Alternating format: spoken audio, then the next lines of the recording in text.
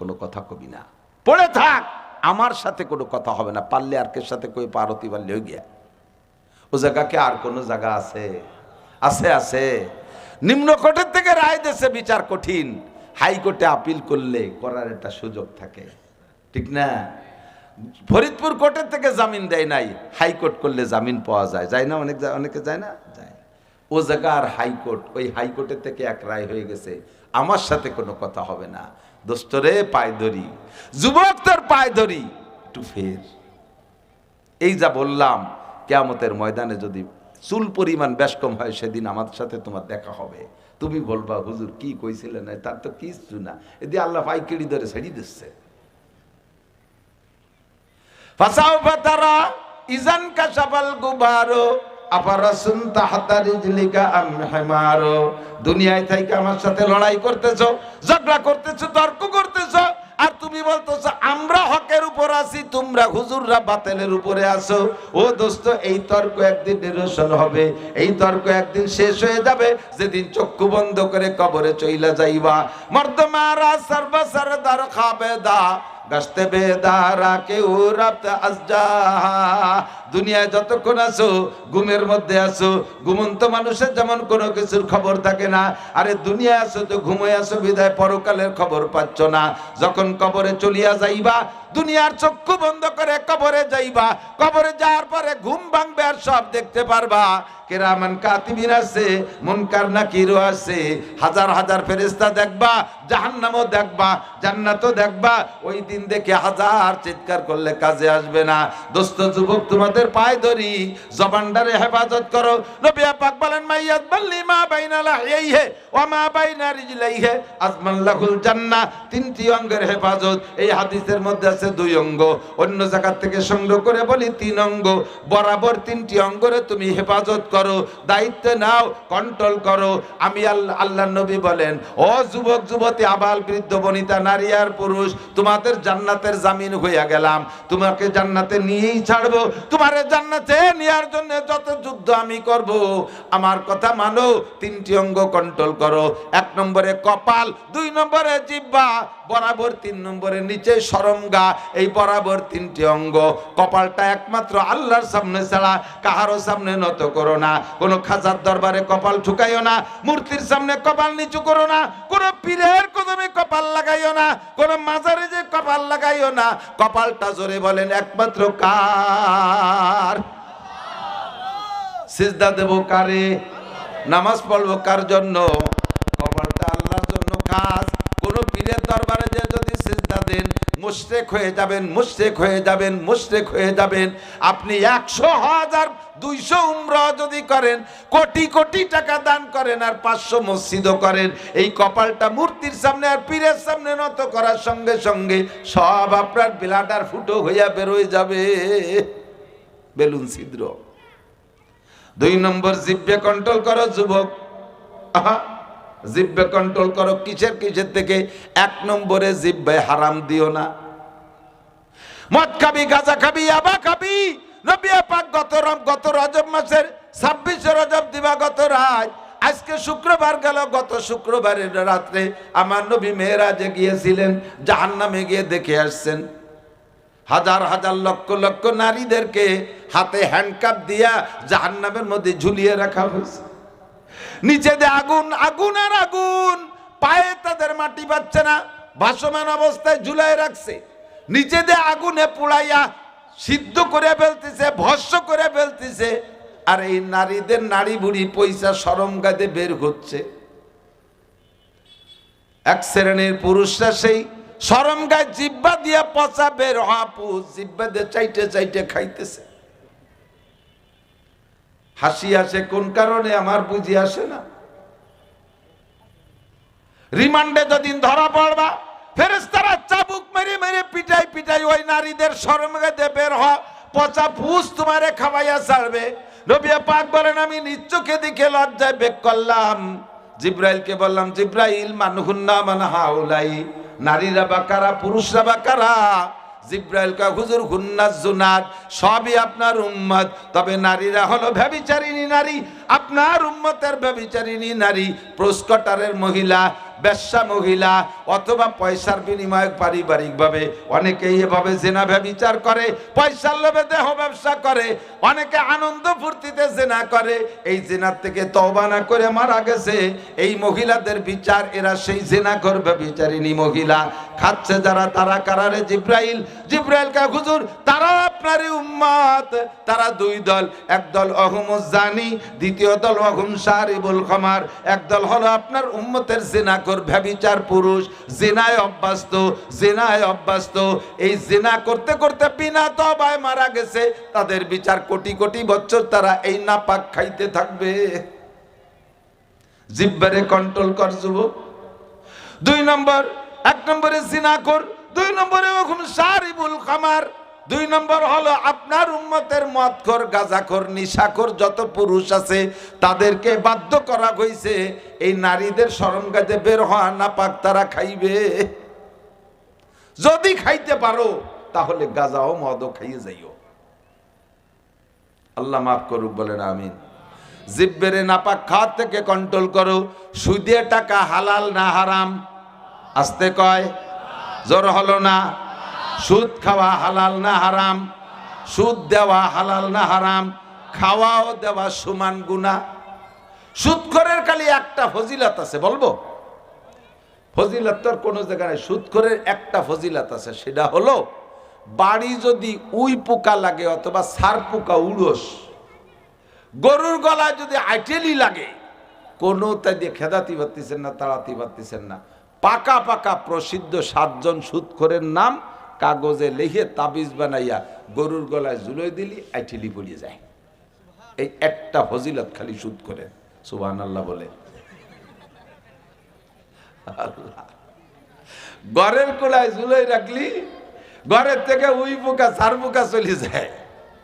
এই পোকারা ওই নামের গন্ধে বমিয়ত চেতে চলে যায়। ও কমাল, এদিকে শয়তানের চাইতে বড় গুরু এসে ঝুলি দাঁড়াইছে এনে। আস্তাগফিরুল্লাহ। মুরব্বীরা কন ইদানিং কালে পোলা পান্ডা সার পোকা চেনে না। সার পোকা শুনলি মনে হয় মাস্টার পোকা। সার মানে মাস্টার, উড়স উড়স। সার পোকা মানে কি? উড়স। আগেই খাট, জলচকি, চেয়ারের ফাঁক, লেপের কোনা, বালিশের কোনা, খেতার কোনা, মশারির কোনা, কি পরিমাণ সার পোকা ছিল না? না মাইরে ঘুমানো যেত না। রাত্রি মারতে মারতে হাতে উড়োইসে গন্ধ হয়ে যেত। আবার ওর পায়ে মখমল লাগানো, আটলি টের পাওয়া যায় না, গায়ে দিয়ে বিড়বিড় করে আটতিছে টের পাওয়া যায় না, কামড় দিলি বোঝা যেত, হুলি উঠত। ভ্যারাইটি কিসেমের সার পোকা। আর মুরগির ঘরে তো অকাতরে থাকতো, ঠিক না? এখন কি আসছে সেই সার পোকা? নাই। গেল কোন জায়গা? সব হিজরত করে ইন্ডিয়া, ইসরায়েল ওই দিক চলে গেছে। এক ঘরে 7 জন সুদখোরের নাম জুললি, যদি সেই ঘরে উড়স না থাকে, বাংলাদেশের নেতাই সুদখোর। সারা হাড়ে নাড়ে রন্দে রন্দে সব জায়গা সুদিয়ে কারবার, বাড়ি বাড়ি সুদিয়ে কারবার, সব জায়গা সুদ, সুদ আর সুদ। কথা বলেন ঠিক কি ঠিক না? সুদখোর আর সুদদাতা আমিও আপনিও সবাই হয়ে গেছি। সার পোকা উড়সে কয় তোরা থাক, আমরা যাই। এই আমাকে থুইটে চলে গেছে। সার পোকা, এই সুদের একটা ফজিলত আমরা পাইছি, আর কিছু না, ঠিক কিনা? জিহ্বারে কন্ট্রোল করেন, খাইয়েন না সুদ, ঘুষ খাইয়েন না। এগুলো হালাল না হারাম? ও ঘুষখোর! ঘুষখোর তো অফিসিয়াল যারা আছে, সরকারি চাকরি বাকরি যারা করে তারা তো খায়। গ্রাম অঞ্চলে কিছু মাতুব্বারও আছে ঘুষখোর, এদিক তো নাই মাশাআল্লাহ। না না, ও দাঁত মাইজে কুলিয়ে ফেলাইছে। পেটটা একটু বড়ই বানাই যাইয়েন মরার আগে, যাতে কিয়ামতে ঘুষ যে কয়টা খাইছেন পেটের থেকে কাটিয়ে শোধ দিতে পারেন। বুড়ি ভাড়িয়ে বের করে ফেলবে, 5 থেকে মধুর চাক কাটার মতো গোস্ত কাটিয়ে নামাই নিয়ে যাবে। গালের গোস্ত কেটে বের করে ফেলবে। মাতুব্বার, ঘুষ খাও তরফদারি করে, পার্সিয়ালিটি করে। জিহ্বাটারে কন্ট্রোল করো। ঘুষ না খাইয়া ঘরে গোয়া দিয়ে সব আদ দিয়ে যাওয়ায় তাই খাইও। ঘরে গোয়া দিয়ে পাল্টাইয়া শেষে সব আদ দিয়ে যেটুক থাকে ঘুষ না খাইয়ে তাই খাইও। তার নাম আর কলাম না, বানান করে দিছি কালি। আস্তাগফিরুল্লাহ। জিহ্বারে কন্ট্রোল করেন। যুবক, চুরি করে খাইস না, পরেরটা খাইস না। কি যা সিটারি বাটপাড়ি করে পরেরটা খাইতে পারলে সিটারি বাটপাড়ি করে টাকা খাচ্ছে, পকেট মেরে টাকা খাচ্ছে, চুরি করে খাচ্ছে। কি খাইস, কার তা খাইস? একটা টাকা যদি কেউ দিনা থাকে যান দুনিয়ার থেকে, 1 টাকায় 100 পয়সা। কত পয়সা? 1 টাকায় কত পয়সা? প্রত্যেক 2 পয়সার বিনিময়ে 700 রিকাত নামাজ দেওয়া লাগবে। প্রত্যেক 2 পয়সার বিনিময়ে 700 রিকাত। কয় দিন তাই তো বেঁচে গেছি, 1 রিকাতও ভরি নেই, দেওয়া লাগলো না। নামাজ নাই তা নেবে কি? তুমি মনে হচ্ছে যে তালির বিচার আর হলো না, তাই? এবার 2 পয়সার পরিবর্তে 700 রিকাত নামাজ যদি না থাকে, 700 রিকাত নামাজের এগেনস্টে যে কটা গুনাহ হয়, ওই পাওনাদারের আমলনামা থেকে সেই গুনাহ কটা তোমার আমলনামায় ঢুকবে। আর একটা গুনার কারণে 7000 বছর করে জাহান্নামে পুড়িয়ে তারপরে কিছু থাকলে শেষে যাইও, না থাকলে এবার ওইতেই মোয়া হয়ে যাবা, কয়লা হয়ে যাবা। বিশ্বাস করেন না কেন? ভয় কেন পান না? আরে নামাজ একটু কম পড়ছো, আল্লাহর কাছে ব্যাগটাই কান্দে দিও, আল্লাহ জাফারে করবে। রোজা 2 কম রাখছো, 1 ফয়সালা আল্লাহর সাথে করে নিতে পারবেন। সবচাইতে ভয় পাবেন হুকুকুল ইবাদ, মখলুকের হক মোটে নষ্ট করবেন না। পায়ে ধরিয়ে বলে যাই, মখলুকের হক নষ্ট করেন না। কেউ একটা গালি দিয়ে যাইয়েন না, ওই গালির বিনিময়ে নেকি কাটবে। একটা অনার্থক থাপ্পড় দিয়ে যাইয়েন না, তার কারণে নেকি কাটবে। অ্যাঙ্গেলে বেকা কথা কয়ে মনে একটু কষ্ট দিয়ে যাইয়েন না, জিব্বেটারে একটু কন্ট্রোল করেন, কথাটারে হেফাজত করেন। গিবাত করে যাইয়েন না। আমি আপনাদের আবার গিবাতের সুযোগ দিছি আমার ব্যাপারে, আমার ব্যাপারে। এদিক দেখেন, সুন্দর এসে গেছে। আমার যদি কোনো দোষ জানা থাকে, যেটা আমার সামনে বলতে লজ্জা পাচ্ছেন, আমার আড়ালে বলবেন, আমার আড়ালে এটা বলবেন। এর নাম হলো গিবাত। এর নাম কি? যেটা আমি দোষ করছি হুবহু এই দোষ আমার আড়ালে বলার নাম গিবাত। এই নড়াচড়া পরিষ্কার খানি মুড়ামুড়ি ওর ভিতরে এখানে বসিস গিয়ে দিকে। আমি হলো মাদ্রাসার শিক্ষক, ছাত্রদেরকে পড়াই। সামনের পর মুড়ামুড়ি করলে পড়াতে পারি না, দৌড়ে ধুলাই শুরু করে দিই। এবং মৌলানার ক্লাসের ছাত্রকে পড়াই, বারো ইয়া করে শোয়াই ফেলাই দিই বিটা বিটা ছাত্রকে। আর তোকে মতো কুচোকে মারতে সময় নেই আমার, জায়গা বিশেষ মেরিয়ে বসে। আল্লাহ হুকুকুল ইবাদ, মখলুকের হক, গিবাত বলছি না? আপনারা আমার কোনো দোষ জানা থাকলে আড়ালে একটু বলবেন, বলবেন তো ইনশাআল্লাহ। আমি তো অনুমতি দিচ্ছি, গিবাত টুকু করেন। কেন দিলাম? আমার একটা সহজ ইনকাম। আমার যে দোষটা আপনার জানা আছে, এইটা আমার আড়ালে বললে আমি ওই দোষ করে গুনাহ করছি না, ওই গুনাহগুলো আপনার আমলনামায় চলে যাবে। আর ওই জায়গার থেকে কিছু নেকি এসে আমার এই শূন্য স্থানটা পূর্ণ হয়ে যাবে। তাহলে আমি ঘুমাই রয়েছি, আমার আড়ালে আপনারা গিবাত করতেছেন, আমার গমের মধ্যে দিয়ে আমার একটা ইনকাম হতে তালে রয়েছে, গমের মধ্যে ইনকাম হইতে তালে আছে। কাজেই আপনাদের অনুমতি দিলাম আমার গিবাত করেন। তা করবেন না। কয় না হুজুর, আপনারে কত ভালোবাসি, এই সন্ধ্যের সময় আপনার ওয়াজের নাম শুনলি চলে আসে, আপনার গিবাত করা যায় নাকি? তাই তো, আমার গিবাত করা যায় না। আমার গিবাত করলে যে আমার একটু উপকার হয়, তা তো করবেন না। গিবাত চুপ করেন কার? যে আপনার চরম শত্রু, যে আপনার পরম শত্রু, তারে এই উপকারটা তারে করেন। তার আড়ালে সাত দোকানে বসে বসে, যার আড়ালে এক জায়গায় গল্প নিতে দিয়ে দুনিয়ার গিবাত তার করতেছেন, আপনার নেকিটা তারে দিয়ে দিচ্ছেন, আর তার গুনাহগুলো আপনি নিয়ে নিচ্ছেন। উপকারটা আপনার শত্রুরে করতেছেন, বন্ধুরে করতেছেন না। গিবাত কি করে? দোস্তর গিবাত করে নাকি? গিবাত করে, শত্রুর গিবাতই করে। যারে ভালোবাসে না তারই গিবাত করে। কথা কোন ঠিক না? এটা কারণ নাই, জিব্বের অন্যায়, কারণ নাই, জিব্বের অন্যায়। আর গিবাতের চাইতে অন্যায় হলো অপবাদ। আমি কোনো অন্যায় করি নাই, একটা অন্যায় আমি করি নাই, এটি আমাকে সামাজিকভাবে খাটো করার জন্য, রাজনৈতিকভাবে পিছিয়ে বেড়ানোর জন্য, আমাকে পিছিয়ে রাখার জন্য আমার নামে একটা অপবাদ তৈরি করে দেওয়া, এটা গিবাতের চাইতে জঘন্য। আমার নামে যারা অপবাদ দেয় আমি তাদেরকে ক্ষমা করব না, আমার নামে যারা গিবাত করে তাদেরকে আমি চুমো দেব। অপবাদদাতাকে আমি মাফ করব না, অপবাদদাতাকে মাফ করব। দেখেন ইদানিং চলতেছে রাজনীতিতে, ফেসবুক খুললি গিবত তো চলতেছেই, আর কিভাবে অপবাদ চলতেছে দেখছেন। কি যিনি করে নাই। ونشهد أن لا إله إلا الله وحده لا شريك له ونشهد أن سيدنا وسندنا وحبيبنا وطبيبنا وطبيب قلوبنا ومولانا محمدا عبد الله ورسوله صلى الله تعالى عليه وعلى آله وأصحابه وبارك وسلم تسليما كثيرا. أما بعد فأعوذ بالله من الشيطان الرجيم. بسم الله الرحمن الرحيم.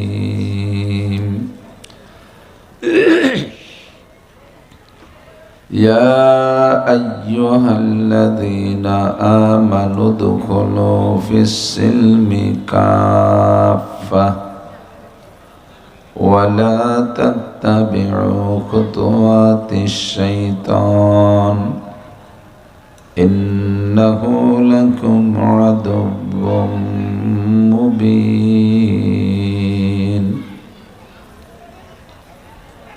وقال محمد رسول الله صلى الله عليه وسلم بني الإسلام على 5 شهادة أن لا إله إلا الله وأن محمدا عبده ورسوله وإقام الصلاة وإيتاء الزكاة والحج وصوم رمضان.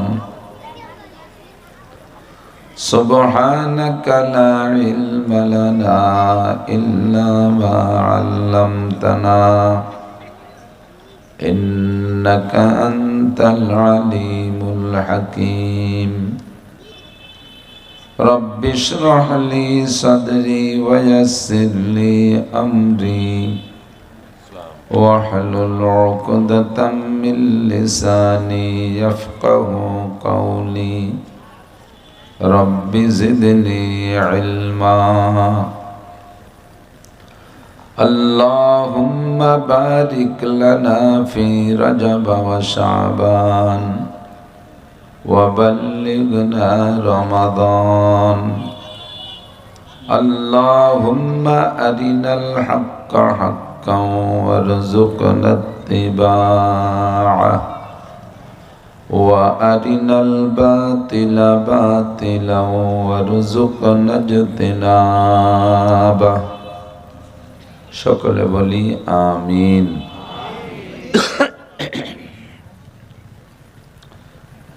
একটু দুরূদ শরীফ পড়ি। আল্লাহুম্মা সাল্লি আলা মুহাম্মাদিন ওয়া আলা আলি মুহাম্মাদ কামা সাল্লাইতা আলা ইব্রাহিম ওয়া আলা আলি ইব্রাহিম ইন্নাকা হামিদুম মাজিদ।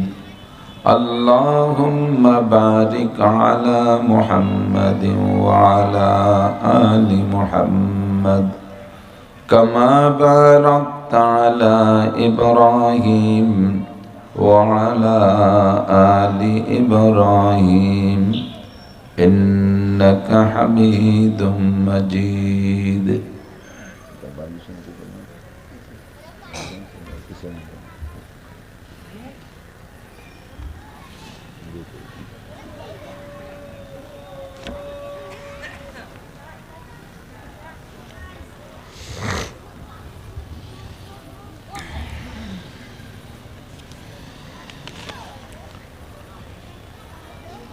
চৌগ্রাম আশরাফুল উলুম মধ্যগতি মাদ্রাসা এতিমখানা বলমারি ফরিদপুরের উদ্যোগে আয়োজিত 29তম বার্ষিক মাহফিল। মাহফিলের সম্মানিত সভাপতি জনাব নাসির উদ্দিন মোল্লা নান্নু মাস্টার, মাদ্রাসার সুযোগ্য সুদক্ষ মোহতামিম সাহেব হুজুর, যোগ্য আসাতেজায়ে কিরাম, আজিজ আমতুলাবা,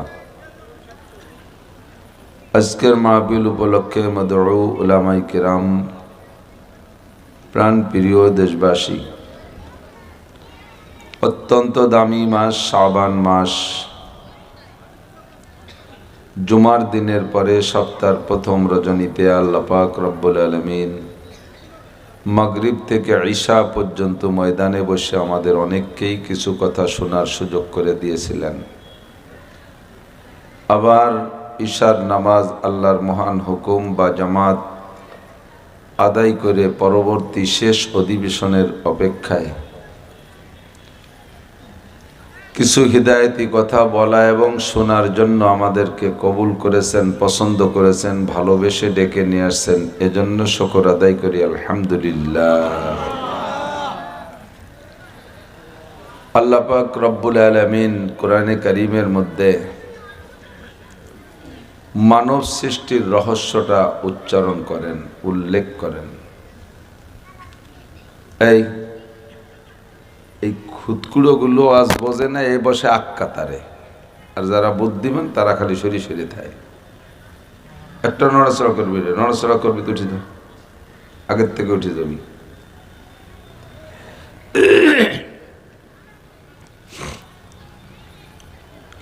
প্রত্যেক ব্যক্তির কর্মকাণ্ডের ভিতরে একটা উদ্দেশ্য থাকে। যে কাজই করি তার পিছনে উদ্দেশ্য থাকে। উদ্দেশ্যবিহীন কাজ যে করে সে হলো পাগল। পাগলটা দেখবেন রাস্তায় হাঁটতেছে ধুমসা বেগে, কেমন যেন কি বিশাল প্রয়োজন, কত দূর যাবে, হঠাৎ করে এক জায়গায় ব্রেক করে শুয়ে পড়ে, আর নড়ে চড়ে না। রাস্তায় চলাফেরা করে উদ্দেশ্যবিহীন চলাফেরা, এটা হলো পাগল। হুঁশিয়ার জ্ঞানী বুদ্ধিমান মানুষ যারা, তারা উদ্দেশ্যবিহীন কোনো কাজ করে না। প্রত্যেকটা কাজের পিছনে এক একটা আশা থাকে, উদ্দেশ্য থাকে। ছেলে মেয়ের পিছনে পয়সা খরচ করে উদ্দেশ্য লেখাপড়া শিখে তারা উচ্চশিক্ষায় শিক্ষিত হবে, কর্মজীবী হবে, ভালো ইনকাম করবে। একসময় আমি অসহায় হয়ে যাব, অকর্মা হয়ে যাব, সে সময় তারা আমাকে দেখভাল করবে। ক্ষেত খামারে বীজ বপন করেন, চাষবাস করেন, উদ্দেশ্য আছে, ফসল হবে, ইনশাআল্লাহ কেটে আনবো, বিক্রি করব, খাবো ইত্যাদি। যে যে কাজই করি না কেন প্রত্যেকটা কাজের পিছনে উদ্দেশ্য থাকে। আল্লাহ পাক রব্বুল আলামিন মানব জাতিকে সৃষ্টি করেছেন, নিশ্চয়ই এর পিছনে তার একটা উদ্দেশ্য আছে। আল্লাহ তো বোকা না, আল্লাহ তো নির্বোধ না, আল্লাহ তো পাগল না, আল্লাহ মহাজ্ঞানী। কাজেই তার কোনো একটা কাজ উদ্দেশ্যবিহীন হতে পারে না। জানতে চাইলাম, আল্লাহ তোমার উদ্দেশ্য কি? আল্লাহ পাক রব্বুল আলামিন জবাব দেন, ওমা খালাকতুল জিন্না ওয়াল ইনসা ইল্লা লিয়াবুদুন। অন্যান্য যত যাহা কিছু সৃষ্টি করেছি, সব সৃষ্টি করেছি মানব জাতির সেবার জন্য। সেগুলো সৃষ্টির পিছনে উদ্দেশ্য হলো জিন আর ইনসানের খেদমত করবে। মানুষটাও যেমন খায়, জিনটাও এরকম খায়। মানুষটা ঘুমায়, জিন জাতীয় ঘুমায়। মানুষরা বিবাহ শাদী করে, জিনরাও করে। মানুষদের সন্তান হয়, জিনদেরও হয়, কিন্তু ফেরেশতাদের ভিতরে এই বৈশিষ্ট্য নেই। ফেরেশতারা জিসমুন নুরানিয়ুন, নূরের দেহ। লা ইয়াকুলু ওয়া লা ইয়াশরাবু, খায়ও না, পানও করে না। লা ইয়ালিদু ওয়া লা ইউলাদু, জন্ম নেয়ও না, জন্ম দেয়ও না। লা ইয়ানামু ওয়া লা ইয়াস্তায়কিজু, ঘুমও যায় না, সজাগও হয় না। মানবিক যে যোগ্যতা, এগুলো ফেরেশতাদের মধ্যে নাই। তারা গুনাহ বোঝে না, শুধু আল্লাহর যে নির্ধারিত হুকুম, সেই হুকুম নিয়েই তারা ব্যস্ত থাকে পালন করার জন্য। আর জিন আর ইনসানের একই স্বভাব, পার্থক্য শুধু এতটুক, জিন হলো জিসমুন নারিয়ুন, আগুনের দেহ। আর মানুষকে আল্লাহ তাআলা বানাইছে চারটি পদার্থ দিয়া, তবে তার ভিতরে মাটির পরিমাণ বেশি, যা কোরআনে কারীমের সাক্ষী। মানুষ যখন আমরা দাফন করি, মাটি দেই, তখন দোয়া পড়ি কি? মিনহা খলাকনাকুম, পড়েন না? মিনহা খলাকনাকুম। হা মানে তাহা থেকে, মিনহা মানে তাহা থেকে, তাহা মানে মাটি। এখানে তাহার উদ্দেশ্য কি? মাটি। মিনহা খলাকনাকুম, তোমাদেরকে বানাইছি মাটি দিয়ে। বাকি শুধু মাটি না, মানুষের দেহের মধ্যে চারটি পদার্থ আছে। আবু আতেশ খাকো বাদো বান্দান, আবু আতেশ খাকো বাদো বান্দান, বা মানো তো মুর্দা বা হক জিন্দান। চারটি মরা জিনিস, আমরা দেখতে মরা দেখি, বাকি তারাও মরা না। চার জিন্দাকে একত্রিত করে আল্লাহ একটা প্রাণী বানাইছে, তার নাম মানুষ। আগুন, পানি, মাটি, বাতাস। এমনি আগুনের কোনো জান নাই, আগুনের সাথে কথা বলা যায় না, সে তার ইচ্ছা মতো চলাফেরা করতে পারে না, ইচ্ছা মতো জ্বলতে পারে না, ইচ্ছা মতো নিভতে পারে না, জ্বালাইলে জ্বলে নিভাইলে নেবে। এটা একটা মরা মানুষের, এটা মৃত্যু পদার্থের আলামত। মাটিরও একই অবস্থা, মায়ের পায়ের নিচে রয়েছে, ইচ্ছা মতো সে এক জায়গা থেকে এক জায়গায় স্থানান্তরিত হতে পারে না, কথা বলতে পারে না, প্রতিবাদ করতে পারে না, সপক্ষে বলতে পারে না। এটাও একটা মৃতের প্রমাণ। পানিও তাই, বাতাসও তাই। আমরা দেখি চারটে মরা, বাকি আল্লাহ পাক বলেন আবওয়া তেশকা কোবাদো বান্দান বা মানো তু মুর্দা বা হক জিন্দান। আমাদের নজরে এরা মরা, বাকি এরা আল্লাহর নজরে জিন্দা। এই চার জিন্দাকে একত্রিত করে আল্লাহ তাআলা একটা প্রাণী তৈরি করেছেন, তার নাম মানুষ। মানুষের দেহের মধ্যে মাটি আছে, আগুন আছে, তার প্রমাণ শরীরটা গরম। আগুন ছাড়া তো গরম হয় না। পানি তো আছেই, তা তো বুঝি। বাতাস তো আসেই, যাইতেছে আসতেছে। চার পদার্থ দিয়ে আল্লাহ তাআলা মানুষ বানাইছে। তো জিন আর ইনসান বাদে আর বাকি যত সৃষ্টি করেছেন, সমস্ত সৃষ্টিকে সৃষ্টি করার উদ্দেশ্য হলো এই দুই জাতির সেবা খেদমত করবে। সূর্যটা মানুষের সেবা করে, চন্দ্রটা মানুষের খেদমত করে, আসমান মানুষের সেবায় নিয়োজিত, জমিনটা মানুষের সেবায় নিয়োজিত, পানি মানুষের খেদমতের জন্য, বাতাস মানুষের খেদমতের জন্য, যত প্রাণী আছে সমস্ত প্রাণী মানুষের সেবা খেদমতের জন্য সৃষ্টি। ওদের সৃষ্টির পিছনে উদ্দেশ্য হলো মানুষের সেবা করবে। আর মানুষ আর জিনদের থেকে সৃষ্টি উদ্দেশ্য হলো এই দুইটাকে সৃষ্টি করে উদ্দেশ্য হলো আল্লাহ পাক বলেন অমা খলাকতুল জিন্না ওয়াল ইনসা ইল্লা লিয়াবুদুন। জিন আর ইনসানকে সৃষ্টি করেছি কেবলমাত্র একমাত্র আমার ইবাদতেরই জন্য। অনেক জানা কথা, অনেক পুরাতন কথা, বহুবার শুনেছেন, কতবার শুনছেন তা মনে নাই, এতবার আবারও আজকে সেই আয়াত পড়ছি। এর মধ্যে একটু ঢুকবো, দেখি এর মধ্যে কি কয়। ডেলি ডেলি হুজুররাই এক আয়াত পড়ে ওয়াজ করে, কেন ঘটনা কি, ওর মধ্যে কি আছে? শর্ত হলো ওয়াজের ভিতরে বসে বসে বাদাম চানাচুর খাওয়া যাবে না। এই স্বভাবটা সারা বাংলাদেশের শ্রোতাকে কে যে দিল শিখাইলো, এইটি তো কোনোদিন আমরা ওয়াজের মধ্যে কইনি যে ওয়াজে আসার সময় এক প্যাকেট বাদাম কিনে নিয়েছেন, এ তো আনতে কইনি, তা আনে কে? যা শিখাই দেয় তা করবে না, যা কইনে তাই তার বরামল। শিক্ষিত জ্ঞানী বুদ্ধিমান যদি হয়ে থাকেন তাহলে বাদাম খাবেন না। আর মূর্খ অশিক্ষিত বুকা শুকাওয়ালি খাই যান, যা করেন পাগলের মধ্যে দোষ নেই। এবার দেই কেটা কেটা খায়, বুদ্ধিমান কেটা একটু দিয়ে নেই। সম্পূর্ণ আদবের খেলাফ। কোরআনে কারিমের ভিতরে আল্লাহ পাক বলেন ওয়াইদা কুরি আল কুরআনু ফাসতামিউ লাহু ওয়া আনসিতু। যখন কোরআন শরীফ রিডিং তেলাওয়াত করা হবে আপনার কানে আসবে, কেউ তেলাওয়াত করতেছে আর আপনার কানে আসছে, ফাসতামিউ, অন্তরের কান লাগায় শুনতে হবে। ওয়া আনসিতু, আর সে সময় মুখের কাজ বন্ধ রাখতে হবে। মুখ দিয়ে যা যা করা যায়, খাওয়া যায়, কথাবার্তা বলা যায়, এই যা যা মুখ দিয়ে করা যায় সবগুলো বন্ধ রাখতে হবে। এটা হলো কোরআন শরীফ তেলাওয়াতের সময়, এবং তার তর্জমা তাফসীরের একই হুকুম। শরিয়াতের মাসালা বলবো আপনাকে, আর আপনি সেই সময় পুটপুট করে বাদাম খাবেন, একসাথে দুই কাজ ভালো হয় না। যারাই আসবেন তারা ধীরে ধীরে একটু আগায় আগায় বসেন। বিভিন্ন মসজিদ থেকে ঈশান নামাজ পড়ে এখন আস্তে আস্তে লোক আসবে, অল্পক্ষণের মধ্যে ইনশাআল্লাহ মাঠ ভরে যাবে। কাজেই বারবার টানাটানি করতে গেলে আমার সময় লস হয়ে যাবে। আমি 9টা পর্যন্ত থাকবো ইনশাআল্লাহ, যদি আল্লাহ তাআলা রাখে এবং কথা বলে, তারপরে থাকতে পারবো না। পরবর্তীতে হযরত মাওলানা ইমরান হুসাইন সাহেব আসবেন, বাহিরদের হুজুর, সুললিত কণ্ঠের অধিকারী, ইয়ং উদীয়মান বক্তা, আপনাদের দেশেরই সন্তান। তার থেকে বাকি অংশ শুনে আখেরি মোনাজাত করে যাবেন ইনশাআল্লাহ। তো সময় যেহেতু বেশি নষ্ট করা যাবে না, এই জন্য আগায় আগায় বসি। তো আল্লাহ পাক আমাদের সৃষ্টি করেছেন, আল্লাহর কোনো উদ্দেশ্য আছে কিনা কথা বলেন, একটু স্বীকার করেন, আছে না নাই? উদ্দেশ্যটা কি বললাম? আল্লাহই বলে দিয়েছেন ইবাদত। জোরে বলেন কি? ইবাদতের জন্য বানাইছে। ইবাদত মানে গোলামি, ইবাদত মানে গোলামি, আব্দ মানে গোলাম, আরবিতে বলে আব্দ মানে গোলাম। ইবাদতের থেকে আব্দ, যে গোলামি করে, আর ইবাদত মানে গোলামি, যে গোলামি করে তারে কয় গোলাম। তো আল্লাহ আমাদের মালিক, আমরা গোলাম। গোলাম আর মালিক কেমন? আপনার বাড়ির গরু আর আপনি যেমন, যেমন মালিক আপনি, গরুটা আপনার গোলাম।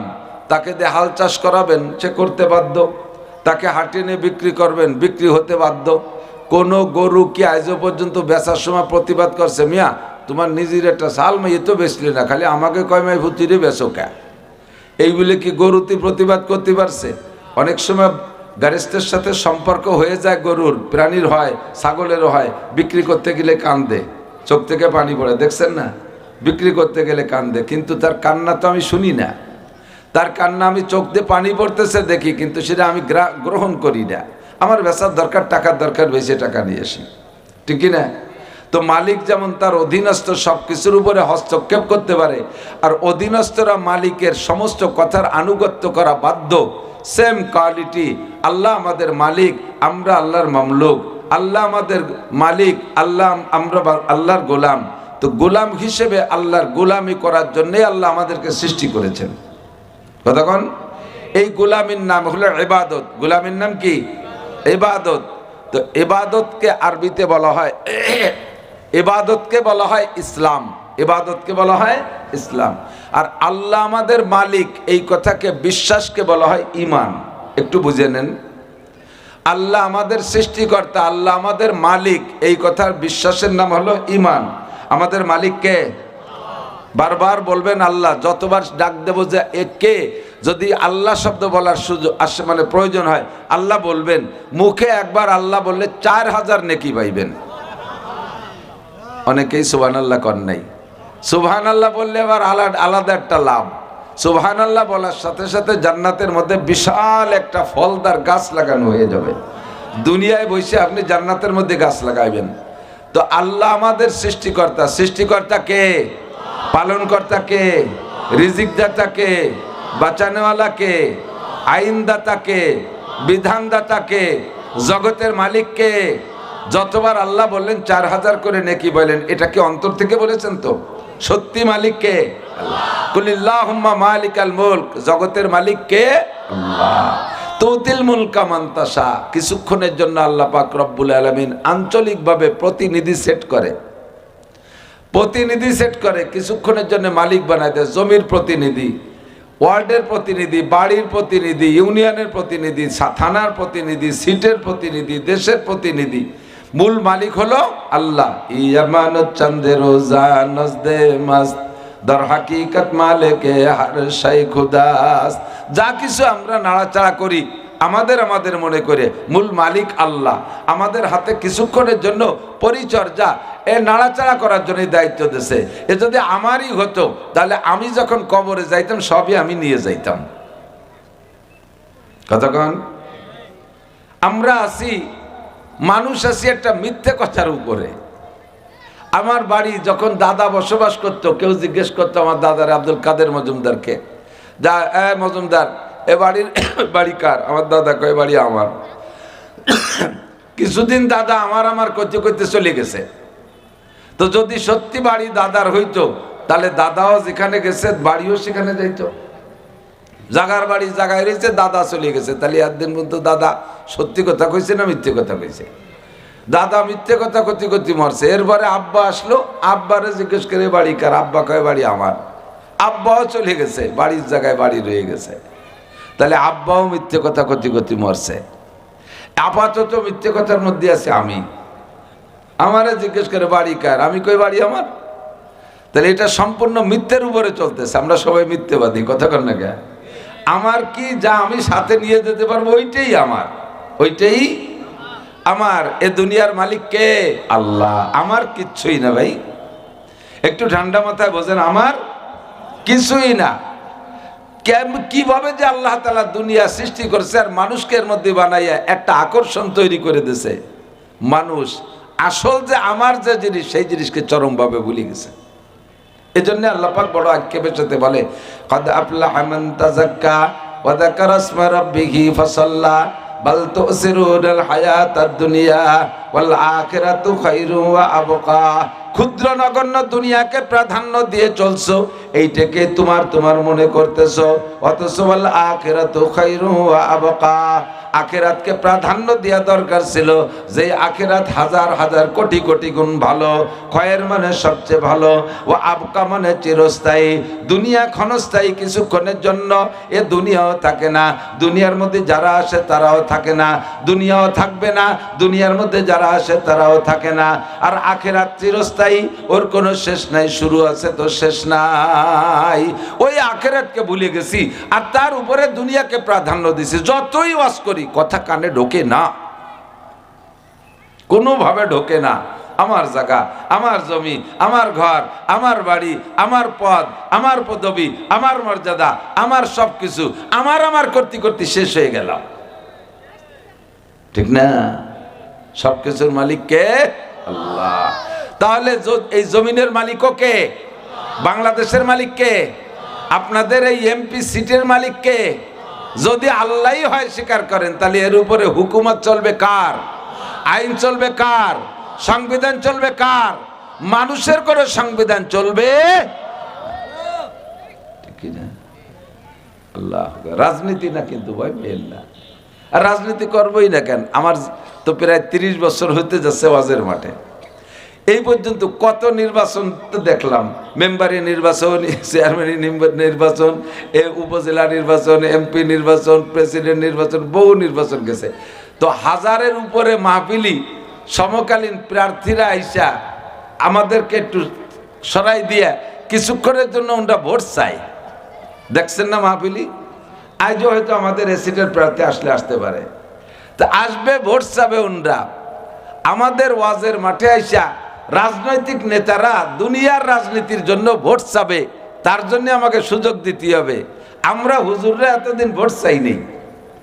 এবার আমরা কোনো মাহফিলে যে যদি ভোটের কথা কই, সাথে সাথে সেই সব নেতারাই সেই দলের মানুষকে, হুজুর হুজুর এটা কিন্তু ওয়াজের মাঠ, এটা রাজনীতি করার জায়গা না। অথচ একদিন উনরা করছে রাজনীতি, তাতে দোষ নেই। এখন আমরা ভোট চাইলে রাজনীতি হয়ে গেল। আবার তুমিনুনা বিবাযিল কিতাব ওয়া তাকফুরুনা বিবায। আল্লাহ বলেন তোমার এ স্বভাব কে, যে যখন তোমার পক্ষে বলে সেই সময় তুমি নারায় তাকবীর, আর যখন সেই কথাটা বিপক্ষে বলে সেই সময় তুমি হুজুরের পর বোমা মারা শুরু করে দাও। এ স্বভাব কে? জগতের মালিক কে? রাজনীতি করবে কে? আল্লাহ। সংবিধান চলবে কার? আল্লাহর সংবিধান চলবে। আর আল্লাহর সংবিধানের ভিতরে শান্তি, মানব রচিত সংবিধানের মধ্যে কোনো শান্তি, একটু বলবেন না শান্তি? আমরা তো দেখতেছি যে যতটুক বয়স পাইছেন সে ততটুকের মধ্যে কত রাজা বাচ্চা পরিবর্তন হচ্ছে, দেখলেন না?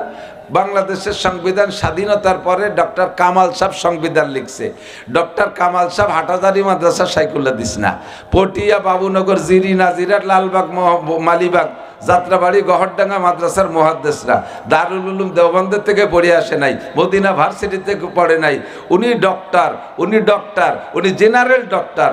কোরআন হাদিস সম্পর্কে ওনার মূল ধারণা নেই। হয়তো বেশি সুরকিরা 2 সাইডে জানতে পারে, তাই যে কোনো মতে ঘষি মেজে নামাজটা পড়া যেতে পারে, তার চেয়ে বেশি গভীরে উনি জানেন না।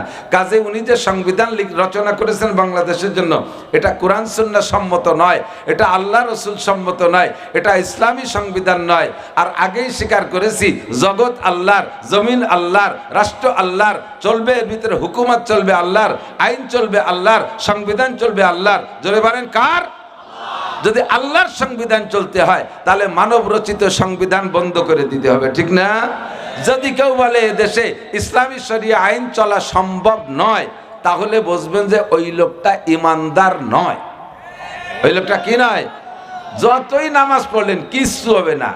ইমান বেরোয় যাওয়ার জন্য মেলা কিছু লাগে না। মাঝে মাঝে একটা উদাহরণ দিয়ে এদিক তাকান, ওই যে বাজারে দেন গে, এই যে মেলা মিলছে, পোলা বেলুন আনছে না, বেলুন পোলা মানে বেলুন কিনতেছে, বেলুনের একটা মূল বডি আছে, সেটা হলো চিমটে করা, পরে হাওয়া দিলে ভুলে বড় হয়।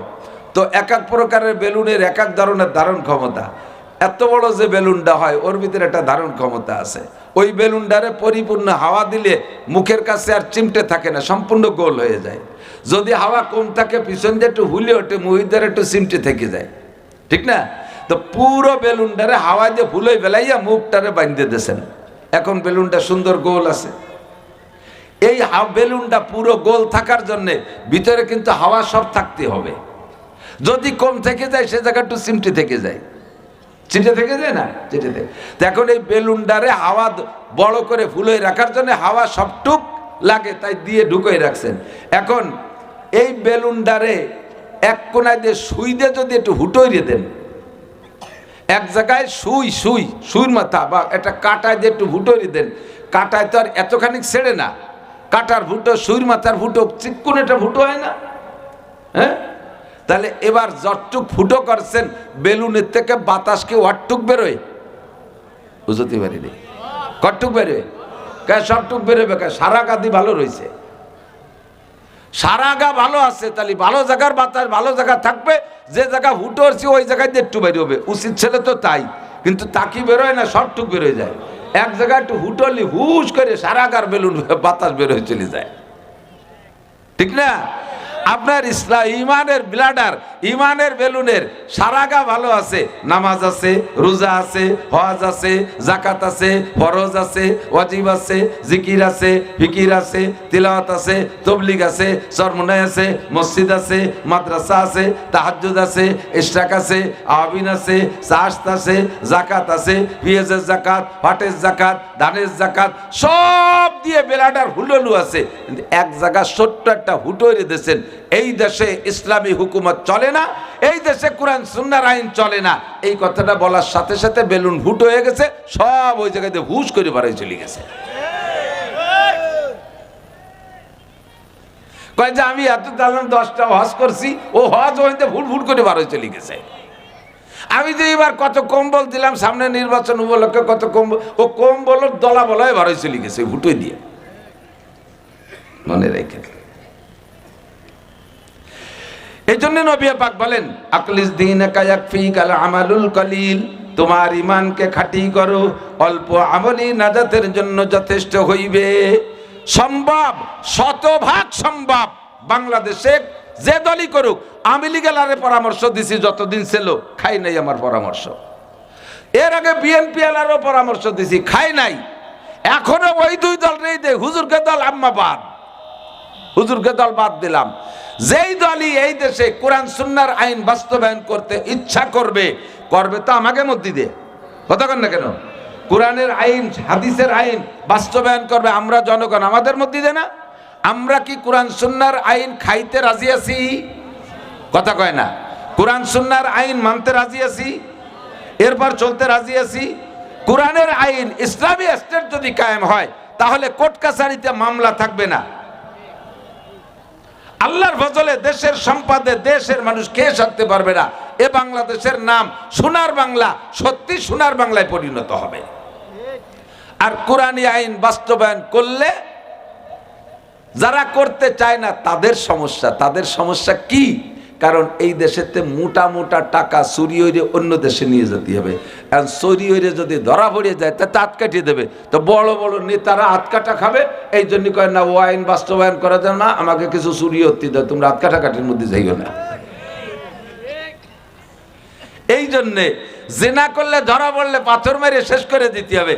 দেখা যাবে যে ওই বড় বড় নেতাকে পোলা বান্ডি আকাম কুকাম করে ধরা পড়তেছে, আর নেতার ছেলেরা পাথর মারিয়ে মারিয়ে ফেললি তো সহ্য করতে পারবে না। এই জন্য বাবা ও আইন বাদ দাও, আমার সাল আগে কিছু আকাম করতে দাও, এছাড়া আর কি। আমাদেরকে ভাই একটু যারা দাঁড়িয়েছেন বসবেন, বসেন বসেন, বেশিক্ষণ আমি কষ্ট দেব না, অল্প কিছু কথা বলে চলে যাবো ইনশাআল্লাহ। মুফতি ইমরান সাহেব চলে আসতেছে। আল্লাহ পাক রব্বুল আলামিন আমাদের কাছে দুইটা দাবি, একটা হলো ঈমান আর একটা হলো ইসলাম। একটু পড়ে নেই। 1 নম্বরে ঈমান, 1 নম্বরে বলেন, 1 নম্বরে ঈমান, 2 নম্বরে ইসলাম। ঈমান কাকে বলে? ইযআন বিল কলব ওয়া ইকরার বিল লিসান, অন্তরে বিশ্বাস করা 7টা কথা। খেয়াল করেন, অন্তরে বিশ্বাস করা 7টা কথা, আর ওই 7টা কথাকে জবানে স্বীকার করা। অন্তরে বিশ্বাস করার সাথে জবানে স্বীকার করা। শুধু অন্তরে বিশ্বাস করলে মুমিন হতে পারবেন না, জবানে স্বীকৃতি দিতে হবে, স্বীকার করতে হবে। জীবনে হয়তো পড়তেও পারেন, নাও পড়তে পারেন, পড়লেও যখন পড়ছেন তখন বোঝেন নাই। শিশুকালে ছোটবেলায় মক্তবে যে মসজিদে যে একটু পড়তে পারেন, এরপরে আর তা মুখমস্ক করেন নাই। কাজেই ওই কলেমাটা সাবালেগ হওয়ার পরে, নাবালেগ থাকলে পড়লে হবে না, সাবালেগ হওয়ার পরে পড়তে হবে। অন্তর দিয়ে কথাগুলোকে মানতে হবে। আমার সাথে একবার পড়ে নিলে আপনার ফরজটা আদায় হয়ে যাবে। একবার পড়ি আমানতু বিল্লাহি ওয়া মালাইকাতিহি ওয়া কুতুবিহি ওয়া রুসুলিহি ওয়াল ইয়াউমিল আখিরি ওয়াল কদরি খায়রিহি ওয়া শাররিহি মিনাল্লাহি তাআলা ওয়াল বাসি বাদাল মাউত। পড়ছেন তো সবাই? ফরজ আদায় হয়ে গেছে, এবার এর সাথে বিশ্বাস সেট করেন। কথা কি বললেন? আমানতু বিল্লাহি, আমি বিশ্বাস করি আল্লাহ আছে। একটু বলেন আছে, সত্যি বলেন আছে। আমানতু বিল্লাহ ওয়া মালাইকাতিহি, ফেরেশতা আছে, কিরামান কাতিবিনা ইয়ালামুনা মা তাফআলুন, সম্মানিত ফেরেশতারা দুই কাঁধে বসে লেখে। আল্লাহ পাক বলেন মা ইয়ালফিজু মিন কাউলিন ইল্লা লাদাইহি রাকিবুন আতীদ। এনি ম্যান এভরিবডি, প্রত্যেকটা মানুষের সাথে গোয়েন্দা ফেরেশতা আছে, সিসি ক্যামেরা নিয়ে আছে, আরে অডিও ভিডিও ক্যামেরা নিয়ে আছে। তোমার হরকত সাকানাত, নাড়া চাড়া, উঠা বসা, প্রত্যেকটা কাজ ও কথা ওরা রেকর্ড করে এবং ভিডিও করে, তারিখ সহ, জায়গা সহ, অবস্থান সহ সব কিছু লেখা ভিডিও কইরা রাখে। কোন জায়গা? আল্লাহ পাক বলেন ওয়াকুল্লা ইনসানিন আলজামনাহু তাইরাহু ফি উনুকিহি। প্রত্যেকটা মানুষের হায়াতের শেষ পর্যন্ত ফেরেশতারা এগুলো লেখে এবং জমা করে, আর অডিও ভিডিও কইরা সব বিশাল গাদা গাদা কাগজ তৈরি করে ফেলে, বিশাল বড় বড় কিতাব বানাইয়া ফেলে। এবার মানুষটার যখন মরণ হয়ে যায়, মৃত্যু হয়ে যায়, আল্লাহ পাকের কাছে সংশ্লিষ্ট দায়িত্বশীল ফেরেশতারা জিজ্ঞাসা করে, আল্লাহ এতদিন তোর সাথে ছিলাম, আমরাই ব্যাগে করে নিয়ে ঘুরে বয়ে বেড়াইছি, এখন তো সে চলে গেল, এই মালামাল রাখবো কোন জায়গায়? এই কিতাব, এই বাক্স কোথায় রাখবো? আল্লাহ পাক বলেন ওর আমল নামার, ওর রূহের গলায় ঝুলাইয়া দাও, ওর রূহের গলায় ঝুলাইয়া দাও। ওয়াকুল্লা ইনসানিন আলজামনাহু তাইরাহু ফি উনুকিহি। ফেরেশতারা ওই রূহের গলায় সম্পূর্ণ কাগজ ঝুলাইয়া দেয়। এবার এগুলো কখন কোন কাজে লাগবে? আল্লাহ পাক বলেন ওয়ানুখরিজু লাহু ইয়াওমাল কিয়ামাতি কিতাবান ইয়ালকাহু মানশুরা। হাসরের মাঠে যখন মানুষকে ডাইকা আল্লাহ পাক জিজ্ঞেস করবেন, এদিক লক্ষ্য করে আল্লাহর কসম জিজ্ঞাসা করবে, আবার কসম দে বলি হয়তো খেয়াল করতেছেন না, অন্য ধান্দায় আছেন, আমার দিক তাকান। খোদার কসম আল্লাহ পাক জিজ্ঞাসা করবেন চারটি ইমিগ্রেশন, আমি আমার পরিভাষায় বলি চারটি ইমিগ্রেশন। এক নম্বর প্রশ্ন হবে আন উমরিহি ফিমা আফনা, দুই নম্বরে আন শাবাবিহি ফিমা আবলা, গোটা জীবনের হিসাব চাইবে এক নাম্বার, দুই নম্বরে যৌবনকালের হিসাব, তিন নম্বরে মালের হিসাব মিন আইনা ইকতাসাবা ফিমা আনফাকা, কোত্থেকে এত টাকা কামাই করলে আর টাকাগুলো কোথায় খরচ করলে। দুইটি প্রশ্ন, এই মালের মধ্যে দুইটা প্রশ্ন। চার নম্বরে মাদা আমিলা বিমা আলিমা, জিন্দেগিতে জানতে তোমার কিছুই বাকি নাই, নেকা সাজতে পারবেন না কেউ, কেউ বোকা সাজতে পারবেন না, সকলেই জানেন।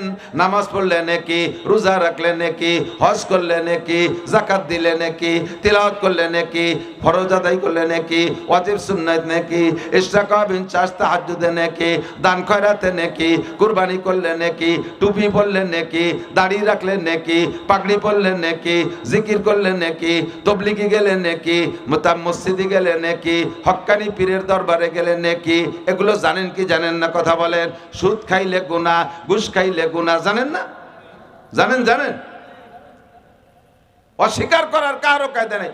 জিনা করলে গুনাহ, ব্যভিচার করলে গুনাহ, পরনারীকে উত্ত্যক্ত করলে গুনাহ, পর মেয়েদের সাথে ফাহিশা গল্প করলে গুনাহ, আল্লাহ মহিলারা পর পুরুষের সাথে গল্প করলে গুনাহ, ফেস টু ফেস দেখা সাক্ষাতে গুনাহ, আইটেললে গুনাহ, জাল দলিলে গুনাহ, মিথ্যা সাক্ষীতে গুনাহ, মিথ্যা মামলায় গুনাহ, দাড়ি কাটলে গুনাহ, বিড়ি খাইলে গুনাহ, তাড়ি খাইলে গুনাহ, মদ গাজায় গুনাহ, ব্যারাক অ্যাডামস কারিতাস বিয়ার দেবী স্বনির্ভর জাগরণী চক্র, আশা প্রশিকার সাথে লেনদেন করা গুনাহ, সুদে কারবারে গুনাহ, পরের জমি দখল করা গুনাহ, ভোট বিক্রি করে টাকা খাওয়া গুনাহ, টাকার বিনিময়ে ভোট দেওয়া গুনাহ, ভোট বিক্রি করে টাকা খাওয়া গুনাহ, টাকার বিনিময়ে ভোট, টাকার ভোটের বিনিময়ে টাকা, টাকার বিনিময়ে ভোট, এটা শুকরের পায়খানা খাওয়ার মতো গুনাহ। এটা সকলেই জানেন।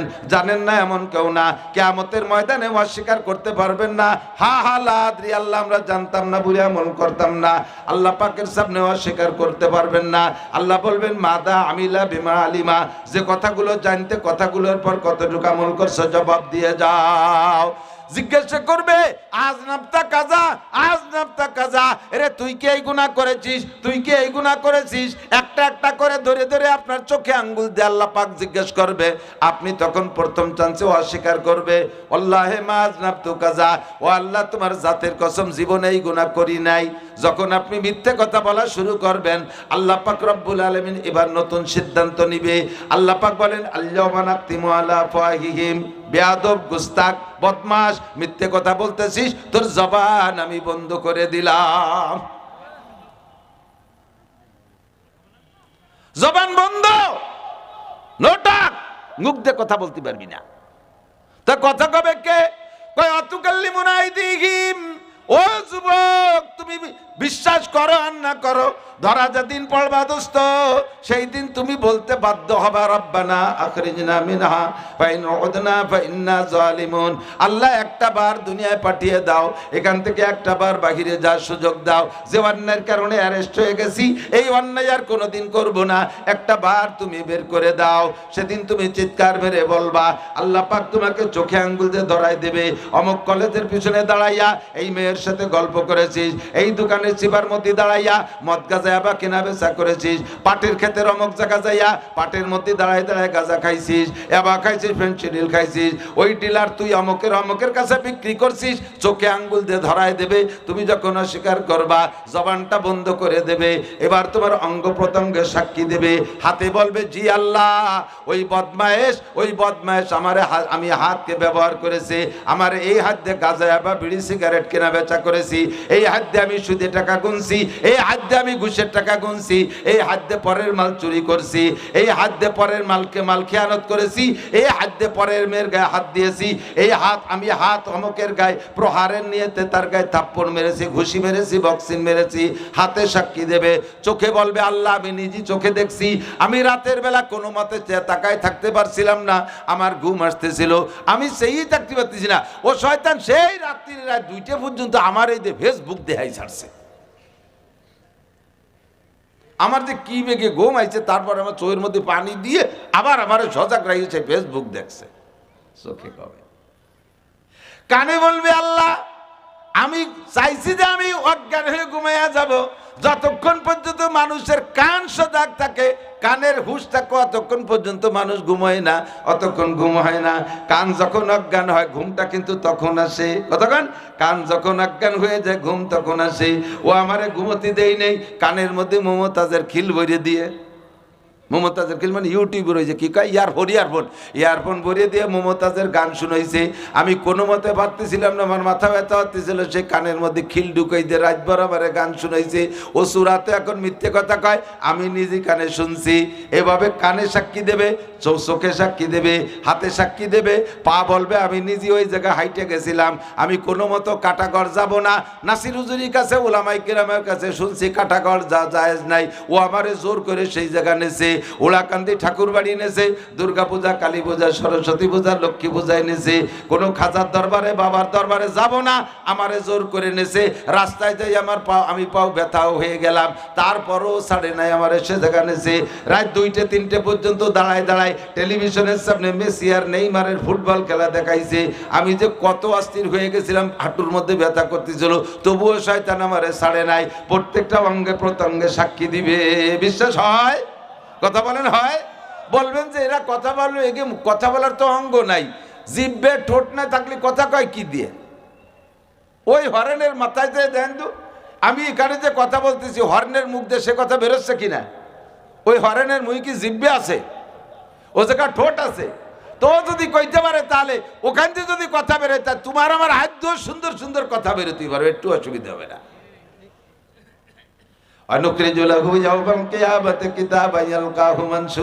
এরপরে সমস্ত অঙ্গ প্রত্যঙ্গরে ব্রেক করে দিয়ে আবার জবান খুলে দিয়ে বলবে, এরা কি সত্যি কথা কয় না মিথ্যে কথা কয়? তখন আবার বলবেন আল্লাহ এরা সব আমার বিপক্ষে, যা কিছু করছি সব ওকে খুশি করার জন্যই করছি। চোখে কিছু দেখলে চোখের ভালো লাগতো, তাই চোখ রেঁধে দেখাইছি। কানে কিছু শুনলে কানে তৃপ্তি পাবে, তাই কান রেঁধে শুনেছি।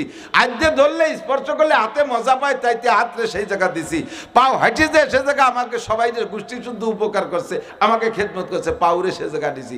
এই সবাই যখন আমার বিপক্ষে বলছে, আমি বলবো এরা সবাই মিথ্যে কথা বলতেছে।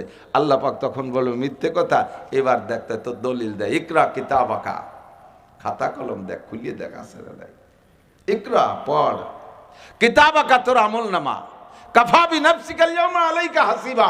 আমি তোর সাথে মৌখিক ঝগড়া করব না, তোর আমল নামাই তোর জন্য যথেষ্ট। আপনি তখন দেখে পড়বেন। আমলনামা কিন্তু আরবিতে লেখা, ইংরেজিতে লেখা না। আইএ বিএ পাশ করে লাভ নাই ভাই, আইএ বিএ আমলনামার দ্বারা কাজে লাগবে না। এ লাগবে আরবি পড়া শেখেন, না শিখলেও পারি যাবেন, অসুবিধা নেই। আরবিতে লেখা আপনি দেখে বলবেন, কি বলবেন জানেন? সূরা কাহাফের মধ্যে আল্লাহ তাও কয়ে দিয়েছে, লা ইউগাদিরু সাগীরাতান ওয়ালা কাবীরাতান ইল্লা আহসাহা ওয়া ওয়াজাদু মা আমিলু হাদিরা ওয়ালা ইয়াযলিমু রাব্বুকা আহাদা। আল্লাহু আকবার। আপনি দেখে বলবেন, ওরে কপাল, এদি ছোট বড় একটা গুনাহ ছাড়ি নেই। কোন জায়গা সিবার মধ্যে দাঁড়াই এক শ্রেণীর সাথে একটু কথা কইছি, তাও লেহে তুইছে। ফেরেশতাকে লজ্জা শরম নাই। ফেরেশতার কা লজ্জা শরম মারবো আমরা? দাঁতাল দাঁত ফেলাই দো তাবলাইয়ে। তুমি আকাম করবা আর আমি লেখো না? আমি তো অর্ডারের গোলাম। তুই আল্লাহর গোলামি করিস নাই, আমি আল্লাহর শতভাগ গোলামি করেছি। কথা কন। যখন অ্যারেস্ট হয়ে যাবেন, মায়ের শুরু হবে, তখন আপনি বলবেন, একটা বার বের করে দেন, আখরিজনা মিনহা ফাইন উদনা, যদি ওই অন্যায় আবার করি ফাইন্না জালিমুন, সেই সময় তুমি জালেম কইও, যা করবা তাই করো, আর কথা কব না। আল্লাহ পাক বলবেন, আলাম ইয়াতিকুম নাজির। হ্যাঁ যুবক আমার দিক, আলাম ইয়াতিকুম নাজির। আজকে তুমি আমার এই প্রতিশ্রুতি দোষ আর একবার পাঠাই দিলি, পিসা বই আসবা। কে তুমি যখন দুনিয়ায় ছিলে এই কথাগুলো কি আমাদের উলামায়ে কেরাম বলে নাই তোমার কাছে? আলাম ইয়াতিকুম নাজির, তোমার কাছে কি কোনো ভীতি প্রদর্শক যায় নাই? এই ভয় দেখানো মানুষগুলো কি তোমাদের কাছে যে বলে নাই আলাম ইয়াতিকুম নাজির? তো জায়গা তো ধরা পড়ে গেছেন, না কইতে পারবে না, স্বীকার করতে বাধ্য। ক্বালু বালা ক্বাদ জাআনা নাযীর, জি আল্লাহ আমাদের কাছে এসেছিল। ফাকাদ্দাবনা, মুশকিল হলো তাদেরকে আমরা বিশ্বাস করি নাই। এই হান্দি আটিসকে 28 টাকা পাইছ না, বুঝিস না যে হিন্দি 28 যায় না? ফাকাদ্দাবনা, আমরা অস্বীকার করেছি, মানি নাই। যা এখন করতেছেন আমরা বলি, আরে কথার হাসি খেলে উড়াই দেন, মনে করছি হয় এত হয় নাকি, কলি হয়ে গেল। হুজুররা বানায় বানায় কয় এই কথাটা সেদিন বলবেন, ওয়াকুলনা মা নাযালাল্লাহু মিন শাই, আর বলতাম যে এগুলো আল্লাহর প্রেরিত কথা না, মৌলবীরা জায়গায় বসে বসে বানায়, আমাকে খাবে, আমাকে কাছে ধান চাল খুদকুড়ো নিয়ে আবার আমাকে বিপক্ষে বোমা মারবে। এই হলো হুজুরকে স্বভাব। এই জন্য হুজুরকে কথা মানি নেই। ফাকাদ্দাবনা ওয়াকুলনা মা নাযালাল্লাহু মিন শাই। এখন দেখতেছে রব্বানা আবসারনা ওয়া সামিনা, আবসারনা ওয়া সামিনা, এ তো সব দেখতেছি, সব শুনতেছি, একটাও ভুল না। ফারজিনা নামাত সালিহান ইন্না মুকিনুন, আরেকটা বার পাঠাই দাও, সব নেক আমল করে আসবো। আল্লাহ পাক বলবেন, ইকসাউ ফিহা ওয়ালা তুকাল্লিমুন। ইকসাউ ফিহা, আওয়াজটা হবে খুব ধুমসা আওয়াজ। ইকসাউ, শাট আপ, কোনো কথা কবি না, পড়ে থাক, আমার সাথে কোনো কথা হবে না। পারলে আর কের সাথে কই পারতি পারলে হয়ে গিয়া। ও জায়গাকে আর কোনো জায়গা আছে? আছে, আছে। নিম্ন কোর্টের থেকে রায় দেশে বিচার কঠিন, হাইকোর্টে আপিল করলে করার একটা সুযোগ থাকে, ঠিক না? ফরিদপুর কোর্টের থেকে জামিন দেয় নাই, হাইকোর্ট করলে জামিন পাওয়া যায়, যায় না? অনেকে যায় না, যায়। ও জায়গা আর হাইকোর্ট, ওই হাইকোর্টের থেকে এক রায় হয়ে গেছে, আমার সাথে কোনো কথা হবে না। দোস্তরে পায় ধরি, যুবক তোর পায় ধরি, একটু ফের। এই যা বললাম, কিয়ামতের ময়দানে যদি চুল পরিমাণ বেশ কম হয়, সেদিন আমার সাথে তোমার দেখা হবে। তুমি বলবা, হুজুর কি কইছিলেন, তার তো কিছু না, এদি আল্লাহ পাইকিড়ি ধরে ছেড়ি দিচ্ছে। ফাসাউফা তারা ইজান কাশাফাল গুবারো আফারাসুন তাহতা রিজলিকা আম হিমারো। দুনিয়ায় থাইকা আমার সাথে লড়াই করতেছো, ঝগড়া করতেছো, তর্ক করতেছো, আর তুমি বলতেছো আমরা হকের উপর আছি, তোমরা হুজুররা বাতিলের উপরে আছো। ও দোস্ত, এই তর্ক একদিন নিরসন হবে, এই তর্ক একদিন শেষ হয়ে যাবে, যেদিন চক্ষু বন্ধ করে কবরে চইলা যাইবা। মর্দমারা সর্ব সরদার খাবেদা গস্তে বেদারা কেউ রাত আজজা। দুনিয়ায় যতক্ষণ আছো ঘুমের মধ্যে আছো, ঘুমন্ত মানুষের যেমন কোনো কিছুর খবর থাকে না, আরে দুনিয়ায় আছো তো ঘুমোয় আছো বিদায় পরকালের খবর পাচ্ছ না। যখন কবরে চলিয়া যাইবা, দুনিয়ার চক্ষু বন্ধ করে কবরে যাইবা, কবরে যাওয়ার পরে ঘুম ভাঙবে আর সব দেখতে পারবা। কিরামান কাতিবিন আছে, মুনকার নাকিরও আছে, হাজার হাজার ফেরেশতা দেখবা, জাহান্নামও দেখবা, জান্নাতও দেখবা।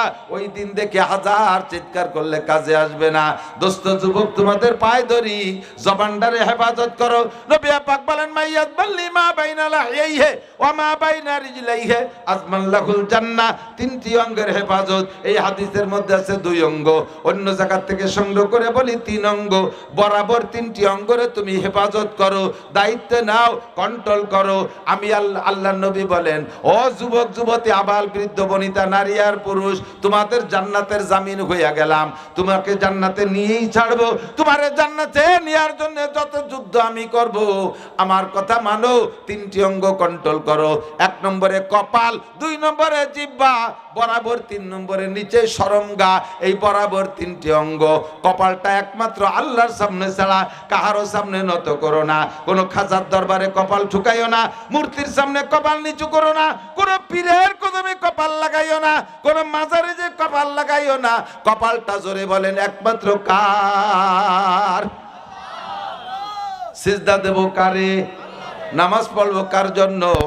কপালটা আল্লাহর জন্য খাস। কোন পীরের দরবারে যে যদি সিজদা দেন, মুশরিক হয়ে যাবেন, মুশরিক হয়ে যাবেন, মুশরিক হয়ে যাবেন।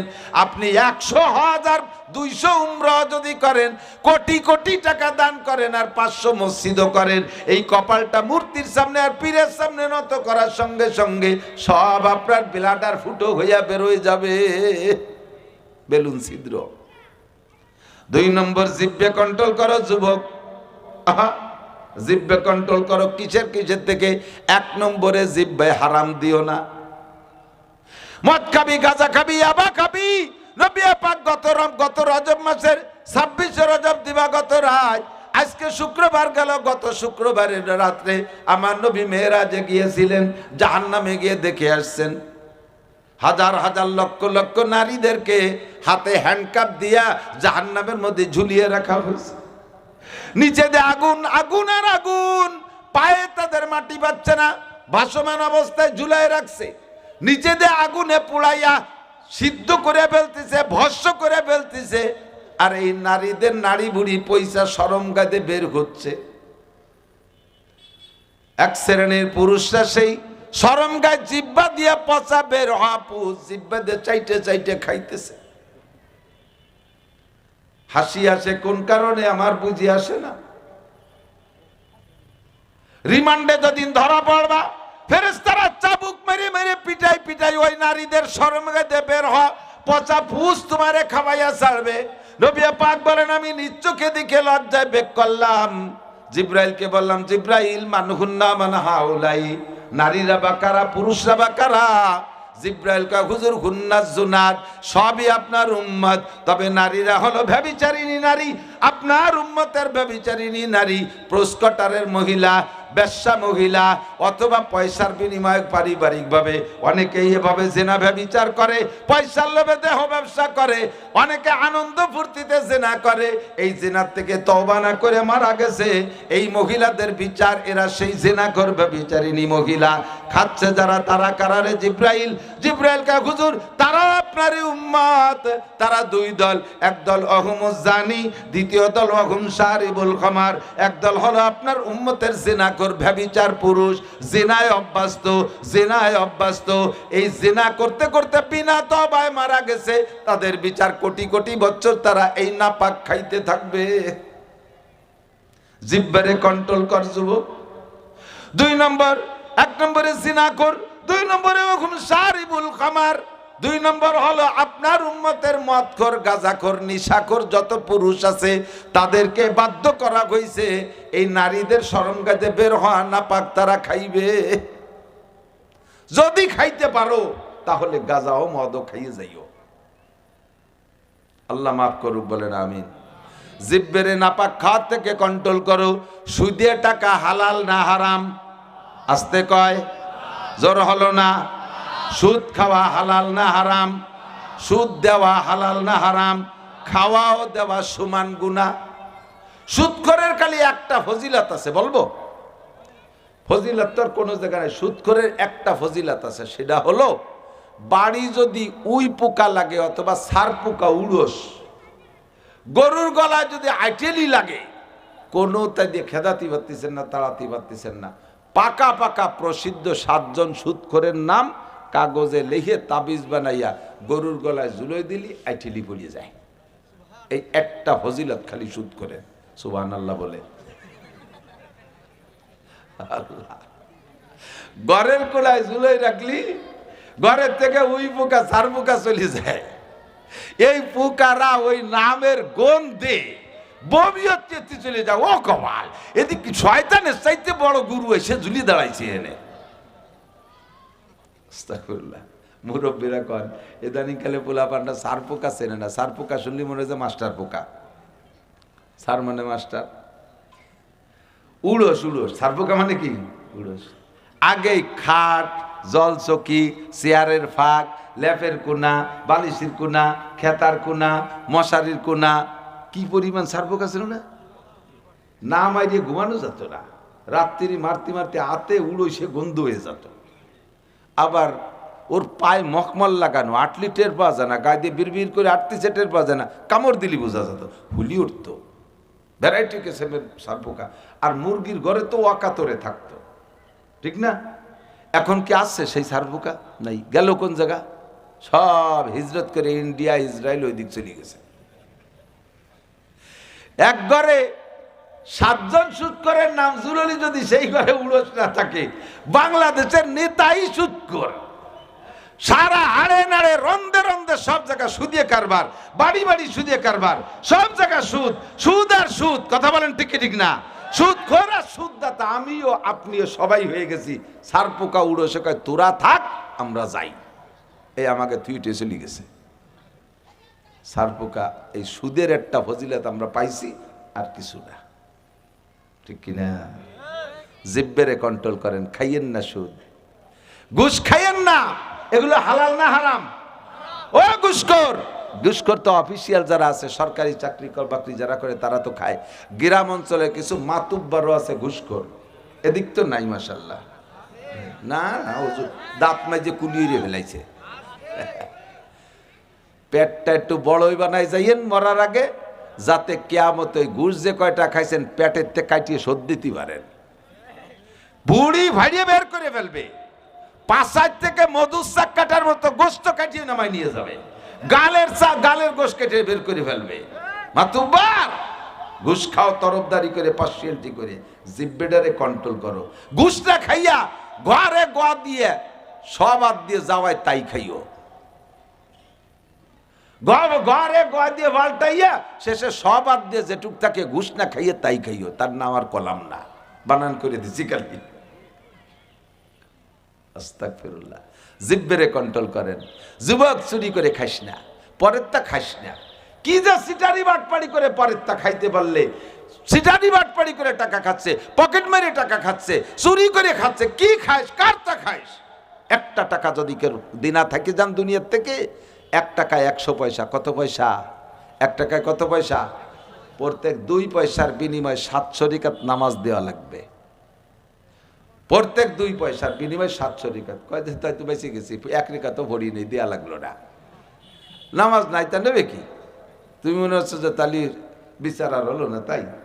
এবার 2 পয়সার পরিবর্তে 700 রিকাত নামাজ যদি না থাকে, 700 রিকাত নামাজের এগেনস্টে যে কয়টা গুনাহ হয়, ওই পাওনাদারের আমলনামা থেকে সেই গুনাহ কয়টা তোমার আমলনামায় ঢুকবে। আর এক একটা গুনার কারণে 7000 বছর করে জাহান্নামে পুড়িয়ে তারপরে কিছু থাকলে শেষে যাইয়ে, না থাকলে পরে ওইতেই মোয়া হয়ে যাবা, কয়লা হয়ে যাবা।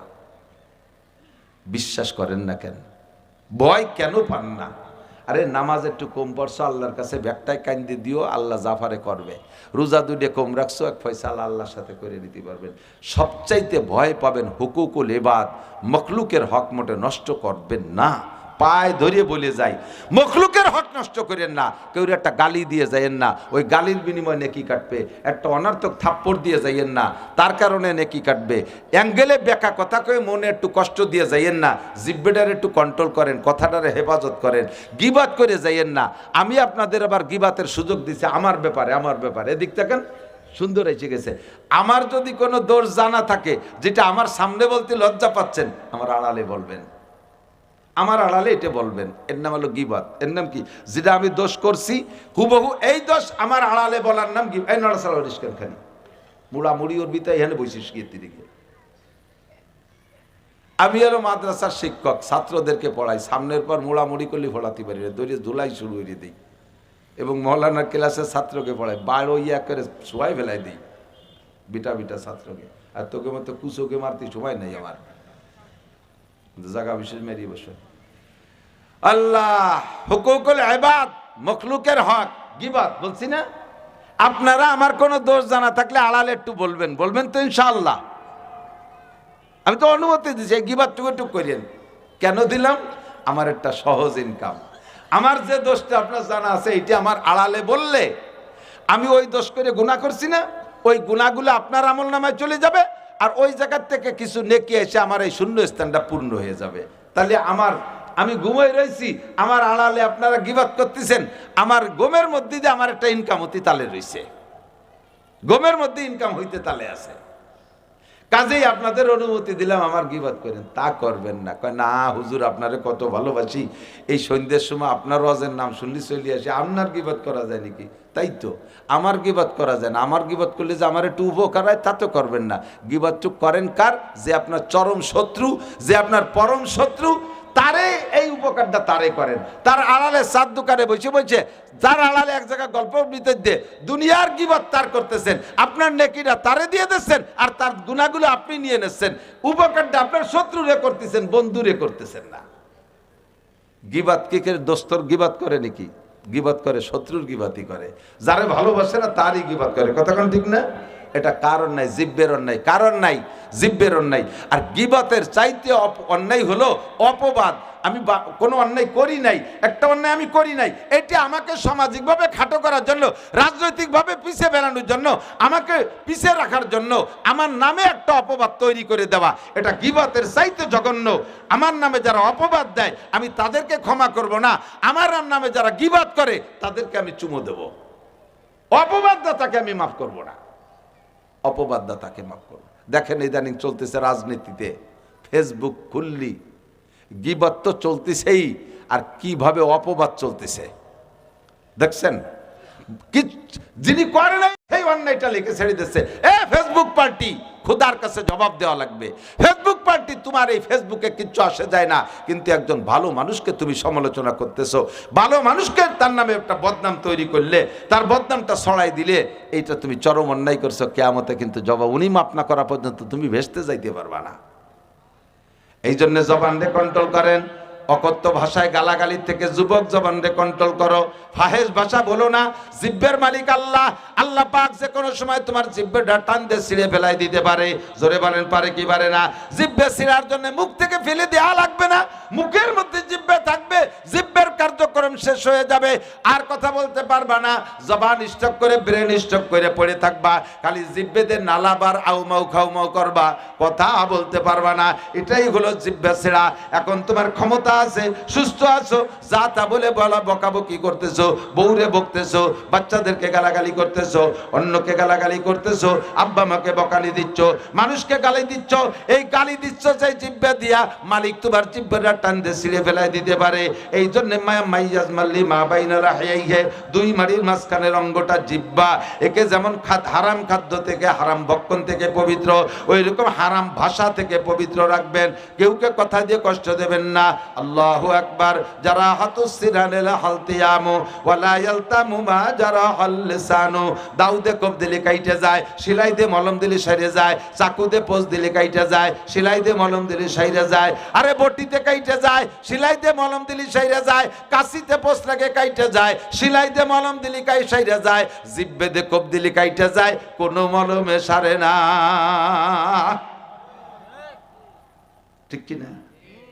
জিব্বের কোপ এ যে কি কাটা কাটে। কয় দেই তুই যত আমারে হাদিয়া তোপা দিস, তুই আমার সামনে আসিস না, তোরে দেখলি মনে পড়ে তুই কি কইছিলি, কিয়ামত পর্যন্ত তোর ওই কথা মনে থাকবে।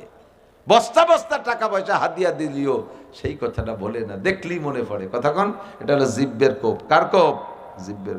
অথচ জিব্বেরে বানাইছে আল্লাহ কি নরম করে। কথা বলার অঙ্গ কি হাত পাও না জিব্বা? কথা কন না, কথা কয় কি দিয়ে? জিব্বে দে না। সব অঙ্গের মধ্যে কম বেশ হাড় আছে, জিব্বে কি হাড় আছে? কেন আল্লাহ জিব্বের হাড় ছাড়া বানাইলেন? এক বুজুর্গ কয়, আসবরায়ে নরম গুপ্তান সুজবাবে উস্তখা, আসবরায়ে নরম গুপ্তান সুজবাবে উস্তখা, গুপ্ত গুয়েলা মুলায়েম নিস্তেকারে আকেলা। জিব্বের আল্লাহ কথা বলার অঙ্গ হিসেবে বানাইছে। এই জিব্বের মধ্যে হাড় না দেওয়ার উদ্দেশ্য হলো যাতে নরম জিব্বে দিয়ে নরম নরম কথা কবা, মিষ্টি মিষ্টি কথা বলবা। দুঃখের বিষয় সেই নরমটা এমন গরম। নবী পাক বলেন, জিরমুহু সগীর ওয়া জুরমুহু কাবীর। যেই দুইটি অঙ্গর কথা হুজুর বলেছেন যে রে হেফাজত করলে আমি জান্নাতের জিম্মাদারি নিলাম, সেই দুইটির একটা হলো জিহ্বা, এটাও বডিতে ছোট, আর একটা হলো লজ্জাস্থান শরমগা, সেটাও বডিতে ছোট। এই দুটি দেখতে ছোট কিন্তু কাম সবচাইতে বড়। মানুষকে সবচেয়ে বড় বিপদে ফেলায় জিহ্বায় আর লজ্জাস্থানে, ঠিক কিনা? তৎকালীন প্রধানমন্ত্রী শেখ হাসিনা একটা কথা কইয়েই কিন্তু মহা বিপদ। মুক্তিযোদ্ধার সন্তানরা চাকরি পাবে না, চাকরি পাবে কি রাজাকারের বাচ্চারা। এর আগে কিন্তু এত রিয়েকশন হয়নি, এই এক কথাই মেরি দিয়েছে। এইটার পর সারা বাংলাদেশ খেপে গেছে। এই জিব্বের মায়ের, কার মায়ের? জিব্বের মায়ের। থাকাই সম্ভব হলো না। তেমনই আমি আপনি খুব সতর্ক থাকতে হবে। আল্লাহু আকবার। মানুষের যোগ্যতা ফুটোই তোলে জবানে, কথায়। আর এই জিব্বেই মানুষকে আবার সার্থবক জমিনের নিচে নামায়। আমি মাওলানা নাসির, আমার কি আছে? কিচ্ছুই না। আমারটা আমি শুকর আদায় করার নর্থে বলি, আমার বডি নাই, আমার সার্টিফিকেট নাই, স্বাস্থ্য চেহারা ভালো না, আমি অত আলিশান পোশাকও চলি না, আবার টাবা গায়ে দেই না, বোরকা টোরকা গায়ে দেই না, স্বাভাবিকভাবে একখান গামছা গাড়ি দেওয়া যে আসি। সারা বাংলাদেশে মানুষ আমাকে অজের ময়দানে ভালোবাসে। আমার অজে কোনো জায়গাও এখনো পর্যন্ত প্রতিবাদ আসে নাই। যেখানেই গেছো, সিলেট, চট্টগ্রাম, সব জায়গায় আলহামদুলিল্লাহ আমি স্বাভাবিকভাবে কথা বলতে একটু কম কই না। আল্লাহ এক কৌশলে বলাইতে আমি সেটি চলে আসি, কথাবার্তা বলিয়া কোনো ঝামেলা নাই। এই জবানের দ্বারাই তো এই গ্রহণযোগ্যতা পাইছি। আবার এই জবান দিয়ে আমার একটা কথা বলিয়ে ফেলতে পারি, আল্লাহ না করুক, যার দ্বারা আমার এই মাঠ শেষ, আমার ময়দান শেষ, কেউ আমার ডাকবে না। হতে পারে কি পারে না? এই জন্য খুব সতর্ক থাকতে হবে, খুব সতর্ক। আমি জবানকে, ও যুবক, যুবক, আবারও বলি যুবক, বুড়োরা তো এমনি ভালো হয়ে গেছে, কাজে বুড়োকে হজ করি না। প্রত্যেক বক্তার টার্গেট হলো যুবকরা, কারণ বুড়োরা সিংহের মতো শক্তি সাহস সব হয়ে গেছে। গত কোনো মতে আজ বেঁচে আসি ভাই খ্যাকশিয়ালের মতো। বুড়োরা সব দুর্বল হয়ে গেছে, হাঁটুর বল শেষ, চাকা একটা পাংচার হয়ে গেছে, ঠ্যাং একখান কবরে চলে গেছে। এই জন্য বুড়োকে আর আমার ভালো করা লাগে না। যুবকদেরকে বলবো, কোনো নেতার পালায় পইড়া দলের ক্ষমতা বলে, এই স্থানীয় পালা বলে, কখনো বেয়াদবিমূলক কিছু করবা না। আলেমুল আমার সাথে বেয়াদবি করবা না, আব্বা মার সাথে বেয়াদবি করবা না, উস্তাদের সাথে বেয়াদবি করবা না। কোন নেতার পালায় পড়ে বিশেষ করে বেয়াদবি করবা না। নেতা তোমার দুনিয়া বাঁচাইতে পারবে না, আখিরাতও বাঁচাইতে পারবে না। যা তার চিন্তা নিয়ে সে ব্যস্ত থাকবে, তোমাকে কোনো খবর নিতে পারবে না। ফাঁকে তুমি নেতার মোহাব্বতে পড়ে বেয়াদবি করে নিজের খসিরাত দুনিয়া ওয়াল আখিরা, এহকাল পরকাল ধ্বংস করে ফেলাইছো। খোদার কাছে জবাব দেয়া লাগবে। জিব্বেটারে কন্ট্রোল করবো, পারবো তো? অকথ্য ভাষায় গালাগালি করব, মিথ্যে কথা গীবাত শেখায়ত কব, মুখে জিব্বায় হারাম কোনো কিছু দেব? সতর্ক হন। 2 নম্বর 3 নম্বর হলো ওমা বাইনা রিজলাইহে, 2 রানের মাঝখানে শরমগাকে কন্ট্রোল করো, এটাকে হেফাজত করো।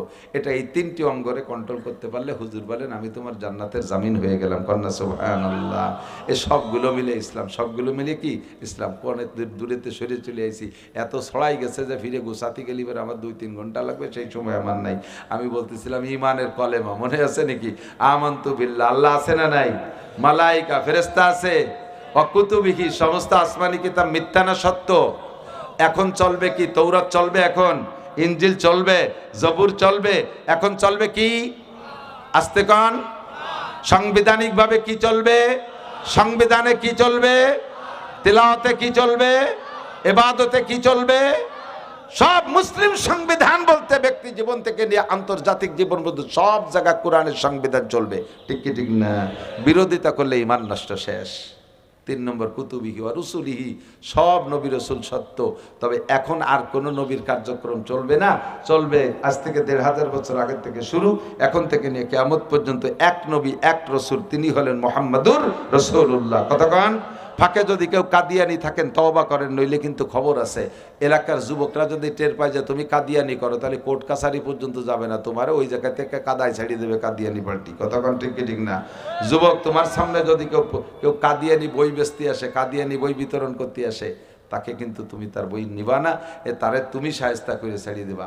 আমার নবীর এগেনস্টে আবার কেউ নবী দাবি করবে আর সেই নবীর ভক্ত হইয়া এসে আমার কাছে দাওয়াত দিবি, তোর 14 গোষ্ঠী উদ্ধার করে ছেড়ে দেবো। কথা কন ঠিক কি ঠিক না? যাই জেল হয় হবে, ফাঁসি হয় হবে, যা হয় হবে। আমার নবীর এগেনস্টে কেউ নবী দাবি করবে আর তারে আমি ছেড়ে দেবো, এটা হতেই পারে না। ঠিক কি ঠিক না? অরসুলি ওয়াল ইয়াউমিল আখির। আজকে শনিবার শুরু হলো না, সন্ধ্যা থেকে শনিবার শুরু হয়েছে। দুনিয়ায় একটা দিন আসবে শুক্রবার, ওই শুক্রবারের পরে আর কোনোদিন শনিবার হবে না। এটা হলো দুনিয়ার দিনের শেষ দিন। এইটাই কইছে ওয়াল ইয়াউমিল আখির। সেই দিন হলো কিয়ামতের দিন। সেই দিন কোন দিন? কিয়ামত হবে কি হবে না? কিয়ামত হবে, ধ্বংস হবে। বাস আপনি মোমেন, 5টা হয়ে গেছে। 6 নম্বর হল কদর, ভাগ্যকে বিশ্বাস করতে হবে। যা কিছু ফয়সালা উপর থেকে হয় তাই হয়ে যাচ্ছে, শতভাগ বিশ্বাস রাখেন। আহা, এই মালটা পাইছিলাম, ওর জ্বালায় নিতে পারলাম না, এই কন্ট্রাক্টটা পাইছিলাম, ওর জ্বালায় পারলাম না, এর কারণে এই জায়গা ঠকে গেলাম, ওর কারণে এই দেশ জিতে গেলাম। এইগুলো কারণ কিচ্ছুই না, কিচ্ছুই না। সব কিছু যা উপর থেকে বরাদ্দ আছে, ভালো করে মনে রাখেন। আর রিজক মাকসুম, কাহার উপরে আপনি অভিযোগ করতে পারবেন না যে তোর কারণে আমার এই অর্থটা ছুটে গেল, এই টাকাটা ছুটে গেল, এই রুজিটা ছুটে গেল। এই কথা বলা জায়েজ নাই। আপনার নামে বরাদ্দ যা আছে আপনি তাই পেয়ে যাচ্ছেন। এর নাম তকদির। বিশ্বাস আছে? এটুকুন বিশ্বাস আছে? ছেলে কে দেয়? ছেলে হয় না? আবার আপনাদের ছেলে হয় না? এটা কে দেয়? মাইয়ে কে দেয়? মাইও আল্লাহ দেয়। হ্যাঁ, আল্লাহ মাইয়ে দিতে গেছে। ছেলে আল্লাহ দেয়, খুশি হইয়া গরু জবাই দিয়ে খায় দেয়। মাইয়ে দেয় বৌতি, আতুর গড়ে যায় কেড়াইল দিয়ে বাড়ি শুরু করে। আছে না কিছু আবাল? এর আবাল না কয়ে পারলাম না। স্ত্রীর কন্যা সন্তান হইলে বউর উপরে, স্ত্রীর উপরে টর্চারিং করে যে ওই লোকটা কাফের। এদিক ওই লোকটা কাফের। যারা স্ত্রীর কন্যা সন্তান হওয়ার কারণে তার উপরে প্রেসার ক্রিয়েট করে। অনেক মুরব্বী আছে, বাড়ি 3টে বিটার বউ, 2 বিটার বউ, ছেলেও আছে মেয়েও আছে, তাকে ভালোবাসে। একটা বার খালি টপ টপ করে 4 মাইয়া, ছেলে টেলে নাই। এই শ্বশুর শাশুড়িও ওই বউডারে কোণঠাসা করে রাখে, সংসারে বান্দির মতো ব্যবহার করে, তারে মোটে চোখ পাইতে দেখতে পারে না, নানান আজে বাজে কয়ে তারে খেফাতি দালে থাকে। এমনি সেই মহিলাটার পেটে একটা পুত্র সন্তান নাই, তার মনটা খুবই দুর্বল। তারপরেও যদি তুমি মুরব্বী হয়ে যদি প্রেসার দাও, তার স্বামী তারে দেখতে পারে না, ও কি মরবে গলায় দড়ি নিয়ে? বাচ্চা কি ও জন্ম দিছে? বাচ্চার কহার নারী কন্যা সন্তান জন্ম দেওয়ার ক্ষমতা কি তার হাতে? জোরে বলেন, কার হাতে? কার হাতে? আল্লাহ দেশে। তো তুমি বউডার পর চাপ দাও কা? বরঞ্চ মুরব্বী যারা আছেন তারা ওই বউডারে সান্ত্বনা দেন, মা তুমি মন খারাপ করো না, আল্লাহ তোমার ছেলে তোমার ভাগ্যে লেখে নাই, তাই তুমি পাও নাই। হতে পারে তোমার মেয়েদের পেট দিয়ে ভালো ভালো ছেলে হবে। ও মা তুমি মন খারাপ করো না, মা তুমি দুঃখ পেও না। তারে এইভাবে বারবার মা কয়েকে সান্ত্বনা দেয়। তারে কয় ওই অমকের মেয়ে, অমক ওর গোষ্ঠীর মধ্যে কোনো সাল পান নাই, খালি ভাটির বাচ্চা ভর্তি তালে রয়েছে, এই কয়ে ব্যঙ্গ ঠাট্টা করে। কোন দিন মহিলাটা যাবে কোন জায়গায়? আর ওদিকে তার স্বামী এক দাতাল, সে তো আরো সই দেখতে পারে না। বারবার কয় ফিরে যদি মাই হয় তাহলে আর একটা বিয়ে করবো, আর তোরে তোর গোষ্ঠী শুদ্ধ তালাক দেবো। এটার ইমান নাই, এটা বেঈমান, এটা কাফের, আল্লাহর কুদরতকে বিশ্বাস করে না। কতক্ষণ? তকদিরে মালিককে। 7 নম্বর হলো আল বাসি বাদাল মাউত, মরার পরে আবার উঠতে হবে, মরার পরে আবার উঠতে হবে। এর নাম হলো ইমান। এর নাম কি? ইমান। আল্লাহ। এরপরে হলো ইসলাম। ইমান আছে তো? এই 7টার পর বিশ্বাস আছে? কতক্ষণ আছে? সত্যি আছে? তাহলে আপনারা মুমিন, বলেন আলহামদুলিল্লাহ। খোদার কসম, আপনারা এখানে যারা এই 7টাকে বিশ্বাস করছেন আপনারা জান্নাতি নিশ্চিত। আমি সার্টিফিকেট দিলাম, যদি ভুল হয় কিয়ামতে আমার কাছ থেকে বেশতে বুঝে নিয়েন। আমার সাহস আছে, অন্য আমার পিছনে খুঁটু আছে, এই জন্য খালি খালি কই নেই। আল্লাহর বেশতে আমি দামা দরিয়ে ডেলি দিলাম আর নিয়ে চলে গেলেন। আমার দলিল আছে, আপনারা সবাই জান্নাতি, বলেন আলহামদুলিল্লাহ। এখন জান্নাতে যাওয়ার আগে আর একটা কাজ আছে। জান্নাতে তো এই হলো জান্নাতে জমি কিনছেন, কিন্তু আপনার জমি আপনার ঢুকতে জন্যে বাউন্ডারি ভেদ করে ঢুকতে হবে। বাউন্ডারি ভেদ করে, বাউন্ডারি দেওয়া রয়েছে, আবার ওতে একটা তালা দেওয়া রয়েছে, চাবি নিয়ে ঢুকতে হবে। এই চাবি বানাইতে হবে ইসলাম দিয়ে। চাবি বানাইতে হবে কি দিয়ে? ইসলাম দিয়ে। ইসলাম ছাড়া জমি আপনার হলি আপনি ঢুকতে পারবেন না। জমি আপনার নামে বরাদ্দ আছে, কিন্তু ইসলাম দিয়ে আপনার জমিকে ব্যবহার করতে হবে। এই জন্য বলা হয় বুনিয়াল ইসলাম আলা খামসিন, ইসলামের ভিত্তি 5টা। কয়টা?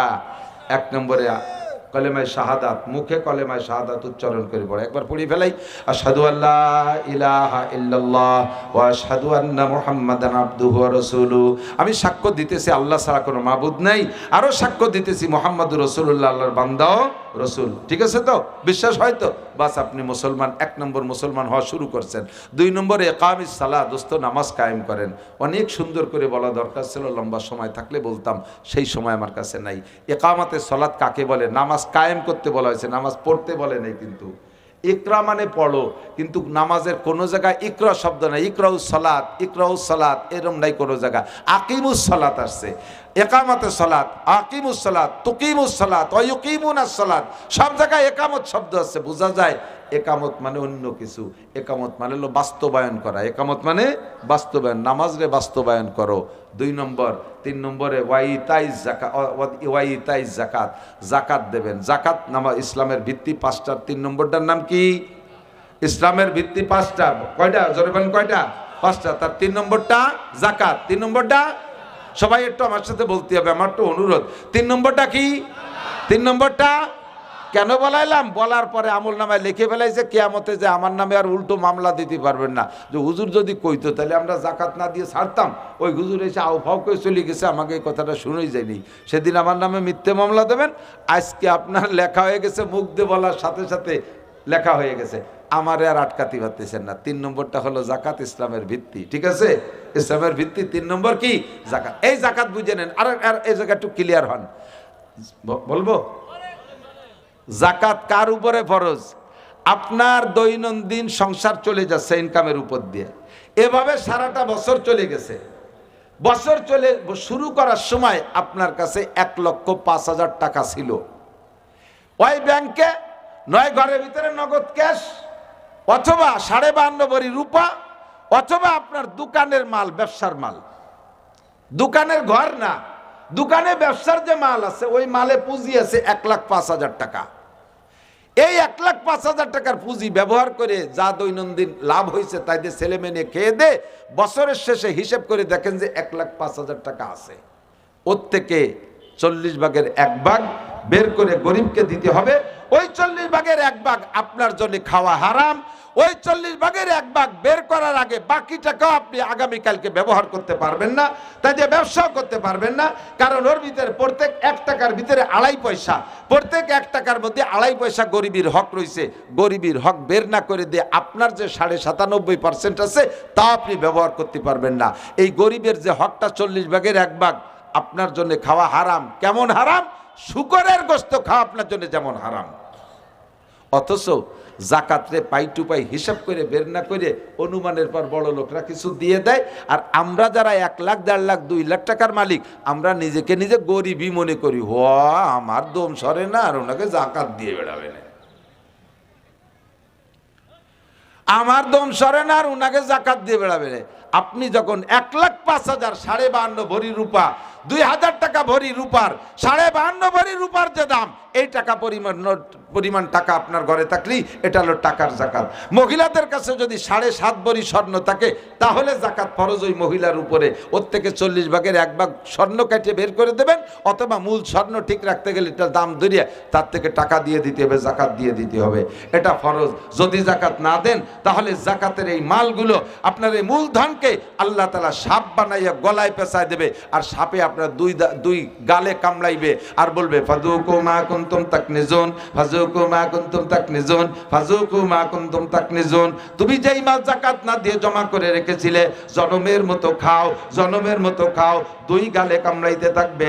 বিলেহজি মাতাই, হাদিসের শব্দ এরকম আসছে, গলায় ঝুলাই দেবে। সাপের 2টা মুখ হবে, আপনারে কামড়াবে আর তারা খোঁটা দেবে, কয় খাও, ফাযুকু মা কুনতুম তাকনিজুন। কাজেই জাকাতটা দিয়ে দেন। এই হলো টাকার জাকাত, স্বর্ণের জাকাত। আর একটা হলো মৌসুমি ফসল। এদিক মৌসুমি ফসলের জাকাত ওয়াজিব হওয়ার জন্য 10 মণ, 20 মণ, 50 মণ, 40 মণ লাগবে না। মা খরাজা মিনাল আরদ।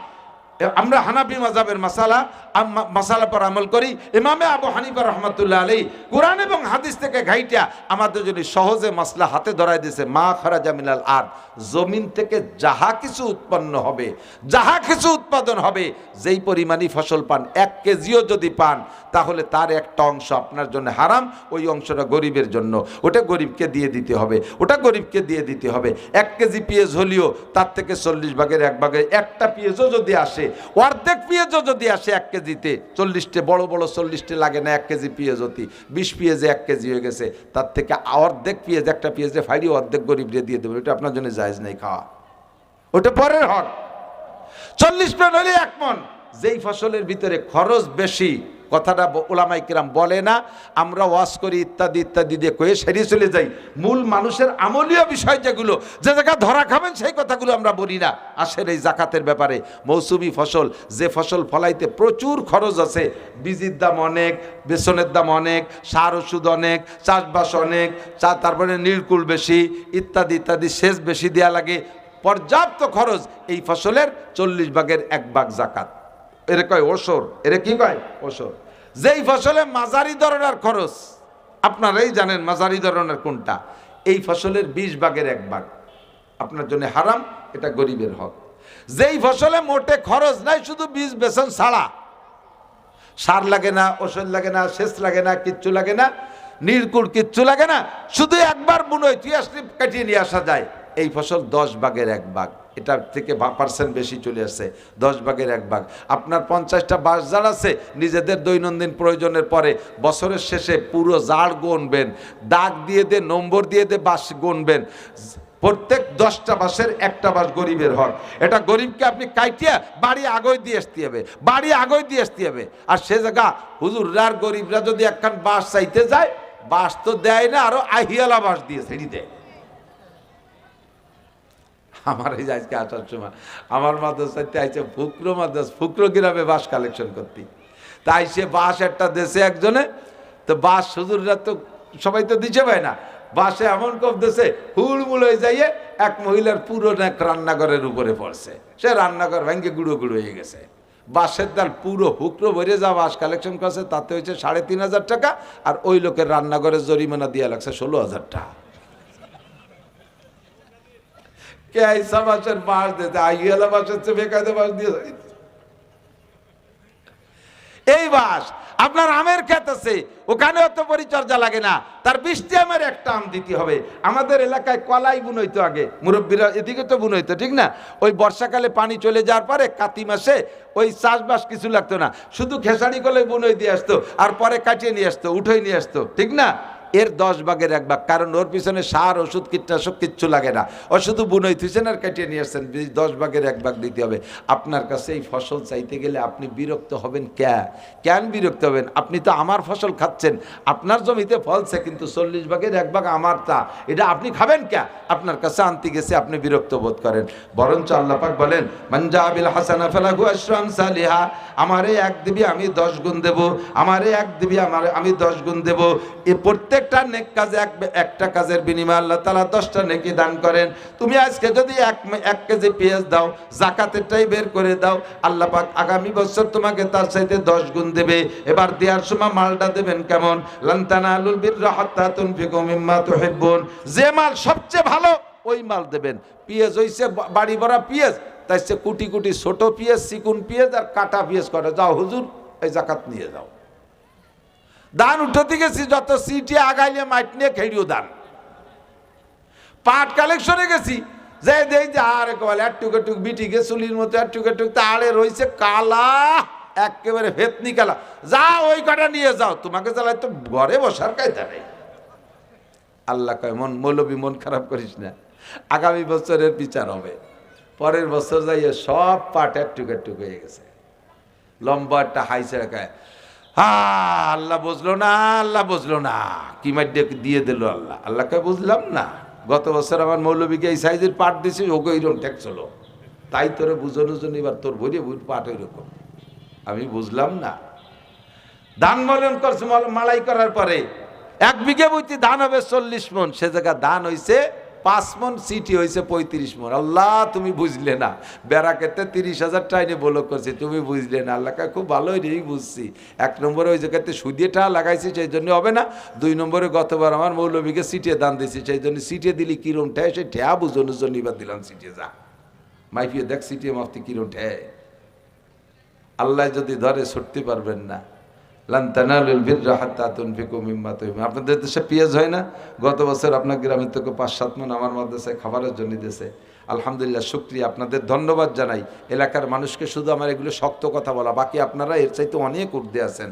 আপনাদের এই এলাকার থেকে মনে হয় 500 মাদ্রাসাওয়ালারা পিএস কালেকশন করে নিয়ে এক তো টাকা যারা বেঁচে খাচ্ছে, বাকি অনেকেই গুলা ভরে রেখে দিয়ে সারা বছর চলতেছে। আমি তো গত বছর আপনাদের এই নগরকান্দা বলমারি থেকে প্রায় 50 মণ নিছি পিএস মাদ্রাসার জন্য। এই পিএসই সারা বছর খাইছে। একটা মাদ্রাসা আমাদের 200 ছাত্র বোর্ডিংই খায় 3 বেলা, তাহলে বোঝেন কি পরিমাণ পিএস লাগে। এই 50 মণ আমার হয়ে গেছে আলহামদুলিল্লাহ। আমি দোয়া করছি আপনার আমার ছাত্রদেরকে নিয়ে, শিক্ষকদেরকে নিয়ে, আল্লাহ তুমি এলাকার মানুষকে পাট পিএস ভরপুর দিও। এরা হিসাব করে এই জাকাত দেয়, এরা ওসর দেয়, এরা হক আদায় করে। যদিও পাবলিক পুরো হিসাব করতে পারে না, তো যেভাবে আমরা কাড়িয়ে কুড়িয়ে আনি তাতে ওতে আদায় হয়ে যায়। তুমি একটু মানিয়ে নিও, আল্লাহরে বুঝাই দিছি। কিন্তু আপনি যদি এ জায়গা সেটারই বাটপাড়ি কিরপিনি বানা করেন, তাহলে কিন্তু দোয়া ফেরত যাবে। আল্লাহর কাছে আবারও দোয়া করি, আল্লাহ দেশের জমিনকে সুজলা সুবলা করে দিক, বলেন আমিন। তো ইসলামের ভিত্তি 4-5টা, তো কলেমায়ে শাহাদাত, নামাজ, যাকাত। সামনে আসতেছে রমজানের রোজা, রাখবেন? কারা কারা নিয়ত আছে একটু হাত দেখাবেন আল্লাহকে। রোজা রাখবই, বলেন রোজা রাখবই। আমি যেভাবে বলি রোজা রাখবই, ইনশাআল্লাহ সুস্থ থাকলে রমজান পাইলে, বলেন ইনশাআল্লাহ সুস্থ থাকলে রমজান পাইলে। এই ইনশাআল্লাহ সুস্থতার রমজান পাওয়ার সাথে রোজার সাথে এলো রাখবো ঠিক আছে? আল্লাহ কবুল করুক। 4 নম্বরটা হয়ে গেছে। 5 নম্বর যদি আল্লাহ তৌফিক দেয়, হজে যাবেন তো? সত্যি? কারা কারা? আবার হাত একবার। আল্লাহ তুমি হাতগুলোকে মাহরুম করো না, কাবার গায়ে একবার হাত দেওয়ার তৌফিক দান করো। আল্লাহ হজ নসিব করো, আল্লাহ হজ নসিব করো। মাশাআল্লাহ, আলহামদুলিল্লাহ। একবার হজে যে তলবিয়া পড়ে আমরা সবাই মিলে একবার পড়ি, দেখবেন কেমন লাগে। লব্বাইক, বল না আবার লব্বাইক। আওয়াজের মধ্যে একটা গাম্ভীর্য। লব্বাইক আল্লাহুম্মা লব্বাইক, লব্বাইক লা শারীকা লাকা লব্বাইক, ইন্নাল হামদা ওয়ান নি'মাতা লাকা ওয়াল মুলক লা শারীকা লাক। কেমন লাগছে কোন তো? এই কয়জনে যদি এমন লাগে 1 কোটি মানুষকে একসাথে এই কয়, কিরম লাগে? আল্লাহ যেন আমাদের এই মজাটা লাগানোর তৌফিক দান করে, বলেন আমিন। ইসলামের 5টা খুঁটি হয়ে গেছে, আল্লাহ আমল করার তৌফিক দান করুন। একজন মানুষ যদি নড়াচড়া করে, বুঝবো যে ওই লোকটা এই ইসলামের 5 কোটির বিপক্ষের লোক। নড়াচড়া করলি মুফতি ইমরান সাহেব আসবে। এর ফাঁকে আমার ছোট্ট একটা দাবি, আপনাদের এই মাদ্রাসায় অনেক আগের থেকেই আসি। এই ফরাত তো সেদিন হয়েছে, ওর জন্মের আগের থেকে আসি আমি এ জায়গায়। আল্লাহর রহমতে মনে আছে না মুরব্বীরা 2-1 ওই আমার মজিবার ভাই, মজিবার দ্বারকা মোটরসাইকেলে করে নিয়ে আসতো। এই সময় আসতাম, এই ঘরে বসতাম। ঘর দরজা এত বেশি ছিল না। গড়ে এই কয় বছর চলে? 29তম নাকি 29 বছর আগে না হলেও 20 বছর আগেতে আসি, 20 বছর আগেতে আসি। এবং সেই থেকে মাদ্রাসাকে মহব্বত করি। আর ফরাদ আমাদের সাথে খুব সম্পর্ক রেখে, আমাদের ছোট, তো সেই সুবাদে আসি, আরও আসবো ইনশাল্লাহ। কষ্ট পাইছেন আমার ব্যবহারে? আপনাদেরই প্রতিষ্ঠান, আপনাদেরই মৌসুমি ফসল। এর থেকে ওসর যে ইসলামের ভিত্তি 5টা, তার একটা হলো যাকাত, জমিনের উৎপন্ন ফসল ওসর। আপনাদের যাদের পেঁয়াজ আছে, আপনাদের যাদের পেঁয়াজ আছে, সেরে পেঁয়াজ যাই আমি চাই। আপনাদের যাদের পেঁয়াজ আছে, পেঁয়াজ আছে না? পেঁয়াজ আছে, পেঁয়াজ আছে, ধান আছে, যার যা আছে, যার যা আছে, ধান এবং পেঁয়াজ উভয়টা মাত্র 5 থেকে 7 মিনিট আমি সময় দিতে পারবো, বেশি পারবো না। এই 5-7 মিনিটের ভিতরে কাজ হবে ইনশাআল্লাহ। যার পেঁয়াজ আছে, কি টাকা? ও অমর ফারুক মা বাবার জন্য 1000 টাকা। শুরুতেই একজন 1000 দিয়ে গেছে, কিনা যেন দোয়া চেয়ে গেছে। মা বাপ মারা গেছে, মরহুম আব্বা আমার রুহের মাগফিরাতের জন্য অনেক সন্তান 500 1000 টাকা দিছে। আল্লাহ আব্বা মাকে জান্নাতি করে দাও, বলে না আমিন। আব্বা মাকে মাফ করে দাও আল্লাহ।